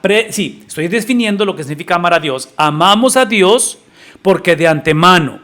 Amamos a Dios porque mis circunstancias en este momento y del futuro se ven cuestionables, pero de antemano Él nos ha predestinado ¿a qué cosa? A ser hechos conforme a la imagen. Entonces, el conocimiento previo de Dios es que Él, basado en lo que Él sabe, basado en lo que Él es, Él toma mi condición presente, que no es favorable, sobre todo en este contexto de Romanos, contexto de Pedro, condición futura, que no se ve favorable tampoco, Él lo ve como el vehículo para hacerme conforme a la imagen de su Hijo. Entonces, mi sufrimiento real que es, mi dolor y mi luto tangible que es, véame tantito, la promesa es que cuando Él es el aval del sufrimiento, Él le da propósito al sufrimiento. Entonces, parte del problema de mucha gente y de nuestra generación no es tanto el sufrimiento, que lo es, pero es no propósito al sufrimiento. De tal manera que, dice él, ser hechos conforme a la imagen de su Hijo, para que, esa es la razón de ser moldeados a su imagen, es para que Él, ¿quién? No yo. Las circunstancias, no. Cristo sea, ¿qué cosa? El primogénito entre muchos hermanos. En palabras, mi situación, mi condición que me moldea a su imagen es el vehículo para que otros conozcan del Evangelio. Yo me convierto literalmente en la expresión evangelística. Mi condición crea en mí dificultad, crea en mí la sensibilidad y la urgencia de compartir el Evangelio. ¿Cuál es lo opuesto? Lo opuesto sería tirar la toalla. Lo opuesto sería decir, no hay Dios. Lo opuesto sería literalmente rendirnos. Entonces, basado en eso, que esto es el amor de Dios, es donde ahora podemos asegurar, basado en lo que acabo de decir, que todas las cosas cooperan o nos ayudan para bien. Esto es para los que son, otra vez, llamados conforme a su propósito. ¿Cuál es el propósito? El versículo 29 es el propósito. De tal manera que, aquí está el poder de Dios. El poder de Dios, por favor escúchenme, si están escribiendo, alguien por favor escriba esto en el chat. El poder de Dios no es la garantía de que la cosa va a cambiar. ¿Puede cambiar? Claro que puede cambiar. ¿Va a cambiar? No lo sé. ¿Lo va a hacer Dios? No lo sé. Sobre todo en esta vida, no lo sé. Pero aquí es el punto. El poder de Dios, basado en lo que acabamos de hablar y de decir, basado en Romanos 8, versículo 28 y 29, es literalmente la habilidad, el empoderamiento, la capacidad dada por Dios de procesar mi condición a través de lo que está por venir. El empoderamiento, literalmente, es el poder de Dios. El poder de Dios que está diciendo Pedro es la habilidad donde ahora mis circunstancias no dictaminan la capacidad que tengo de procesar esta realidad a través de lo que está por venir. Escuchen lo que voy a decir. El problema de nuestra generación como cristianos es que batallamos con esto. Nosotros queremos, literalmente queremos, cuando leemos Romanos 8:28 y hablamos de que todas las cosas cooperan o ayudan para bien, pensamos que eso implica que en lo inmediato todo tiene que ser como yo digo o tiene que ser a beneficiarnos. No. En este mundo hay cosas que no tienen explicación, hay sufrimiento que es inconcebible, pero es obvio que procesamos esto a través de ¿qué cosa?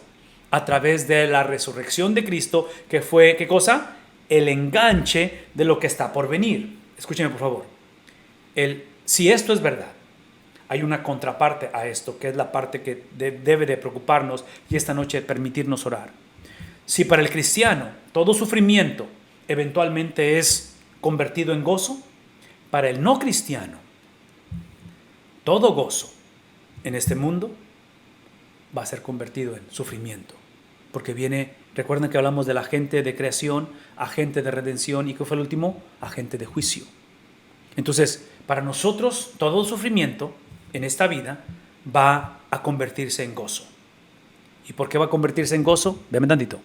Una es porque la herencia es inmarcesible, es incorruptible. Su nombre es Cristo. Y la segunda es por esto. Porque cuando Cristo venga por segunda vez, no solamente viene a recompensar a aquellos que permanecieron hasta el fin, pero Él viene a restaurar todo lo que perdimos en este mundo. No es accidente que lo que encontraremos en esa segunda venida de Cristo, en su retorno, es que seremos la esposa en las bodas del Cordero. Es esa restauración de todas las cosas. Para el no cristiano, esta experiencia es a la inversa. Toda bendición, que el no cristiano es constantemente bendecido, va a ser juicio para él. Por favor, escúchenme. Y aquí es donde espero que de alguna manera pensemos en una serie de sermones, pensemos en una serie de estudios bíblicos, de una manera evangelística, por lo que estoy diciendo. El problema de la iglesia hoy en día, esto es lo que yo llamo el ojo del huracán. Ojo del huracán es cuando en el mar se juntan dos huracanes, categoría 5, que es lo más grande, ¿verdad? Y se unen y chocan. Ahí cuando se unen, es la combinación perfecta. Y aquí es donde la iglesia está hoy en día, y esta es una tragedia, este es un problema serio. Hoy en día, por la falta de perspectiva bíblica, cuando atravesamos el valle de sombra y de muerte, por desconocerlo eso antes de atravesarlo, es que mucha de la predicación y mucha de la consejería la enfatizamos o es literalmente absorbida para explicar el sufrimiento al cristiano. En palabras, como pastores, como líderes, como padres, estamos pidiendo, implorando a la generación de cristianos que no abandonen el evangelio, que no tiren la toalla, que de alguna manera regresemos, confiemos. Y todo. Entonces, la iglesia es absorbida por simplemente el propio cristiano batallar con principios bíblicos y básicos. ¿Y quién está pagando los platos rotos? Lo está pagando una generación de hombres y mujeres que son ignorantes del evangelio y que no saben que todo gozo en este mundo inmediato será juicio en el venidero. De tal manera que esta generación de hombres y mujeres que desconocen el evangelio no saben lo que está por venir. No saben que toda bendición que han recibido de parte de Dios va a ser el motivo de juicio en sus vidas. Alguien tiene que predicarles el evangelio. Y ese alguien tiene que ser una generación de hombres y mujeres que aprendamos a procesar lo inmediato. ¿A través de qué? A través de lo postrero.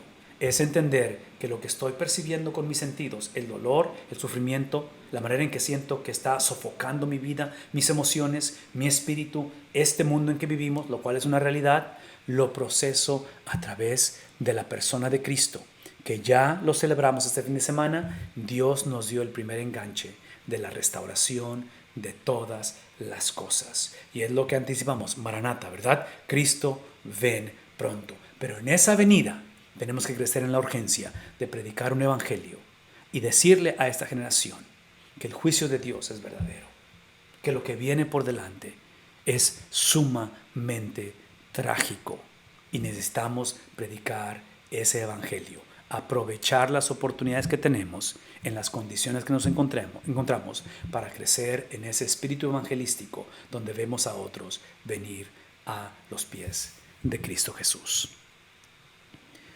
Pastor Miranda, aquí estamos concluyendo, hermano. ¿Habrá algún comentario o pregunta antes de irnos? Sí, el pastor Juan Caballero tenía una pregunta.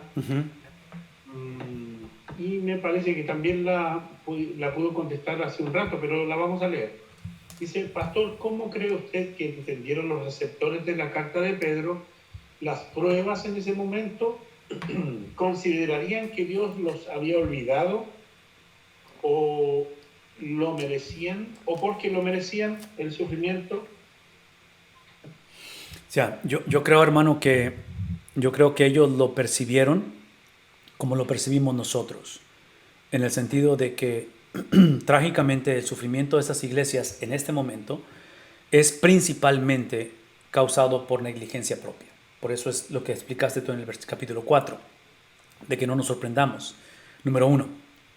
Entonces, haz de cuenta que esta carta, como es el resto de la Biblia, tiene un énfasis doble.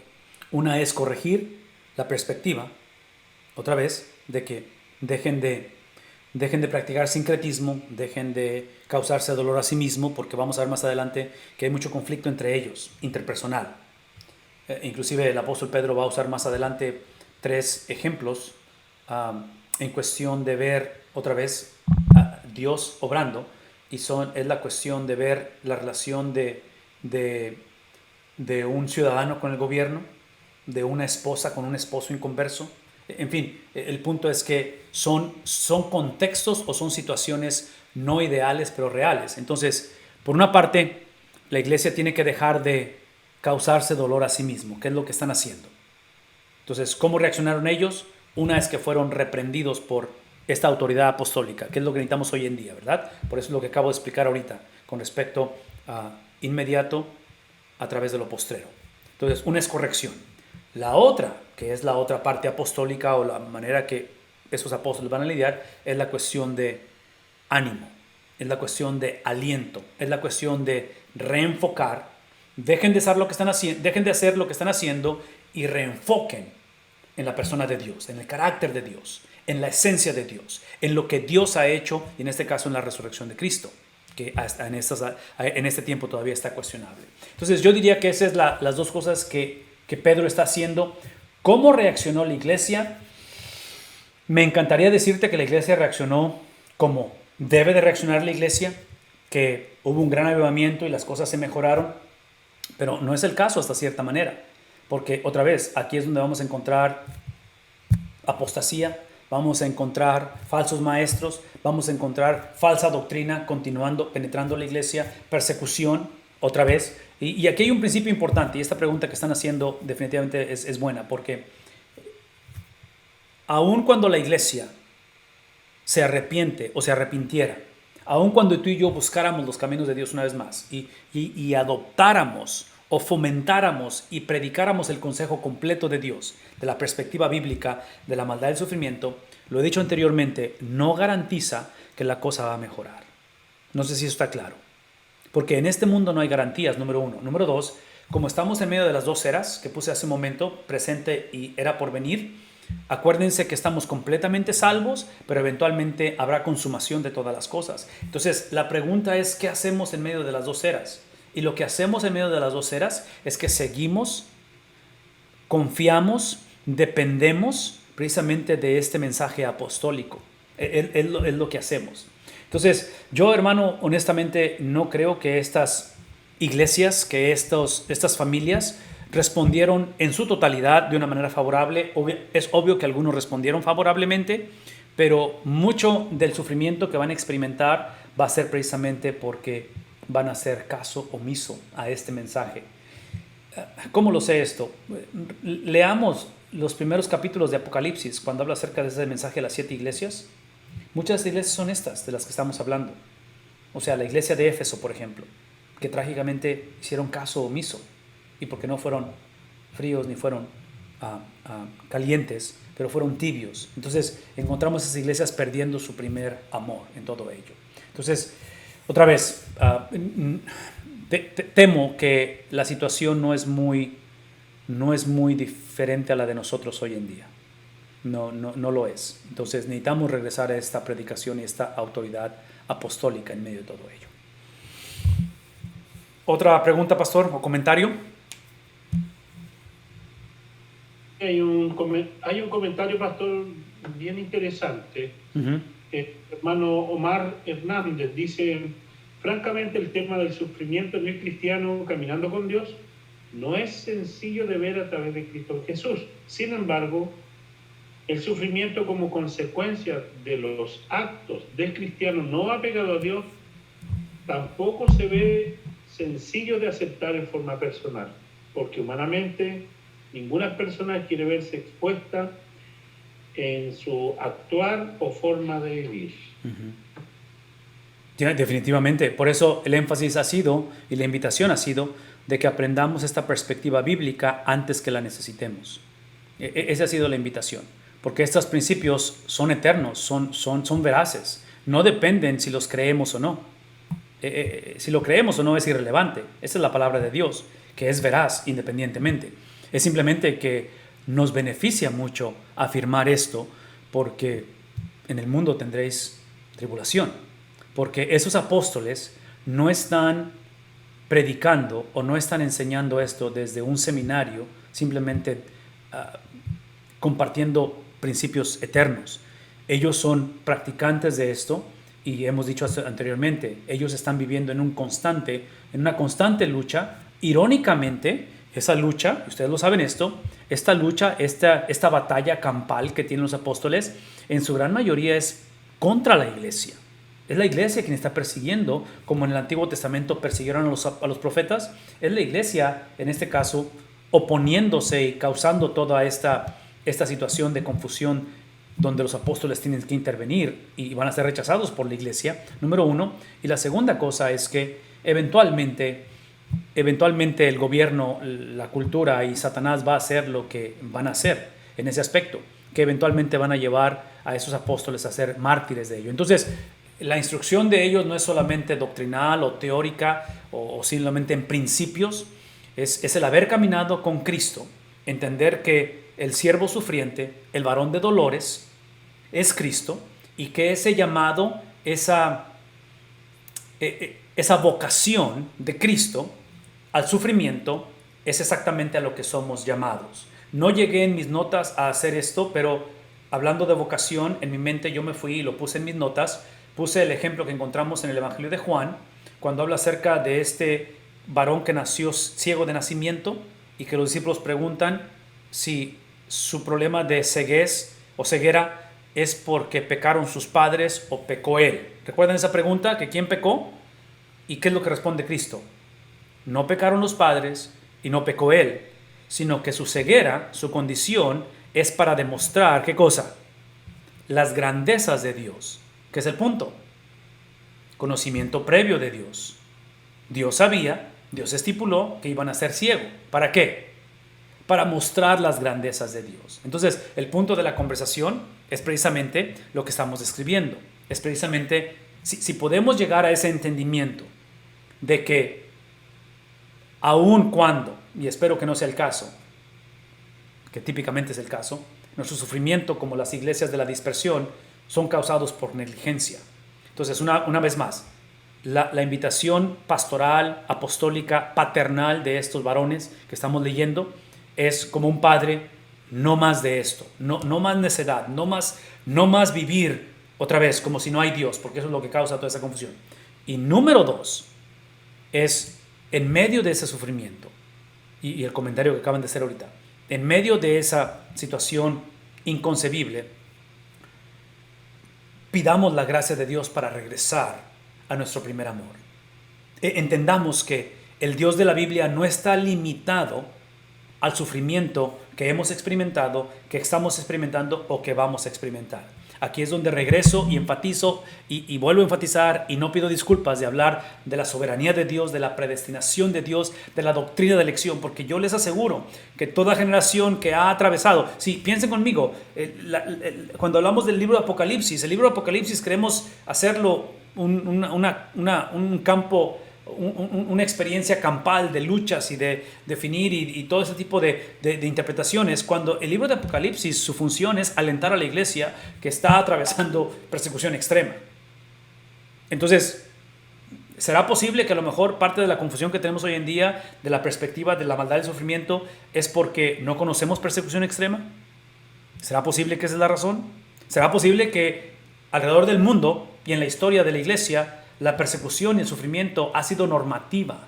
Y no porque pedimos o porque creemos que entre más sufres, más te asemejas a Cristo. No escuchen de mí eso.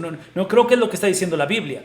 Todo lo que creo que está diciendo la palabra de Dios es que el modelo es Cristo, el enemigo es real y el enemigo odia la iglesia de Cristo. El mensaje es claro y Satanás tiene una estrategia extremadamente efectiva de cómo distraer o cómo causar, en este caso, el impedimento de la proclamación del Evangelio. Y la promesa es que nuestra condición, por deplorable que sea, en nuestra muerte, el Evangelio va a ser predicado. Y esa es la misión que tenemos, que en nuestro sufrimiento y en nuestra muerte el Evangelio sea predicado, que Cristo sea exaltado. Y es lo que esos apóstoles llegaron a hacer, de tal manera que 2000 años después es precisamente lo que estamos hablando en ese punto.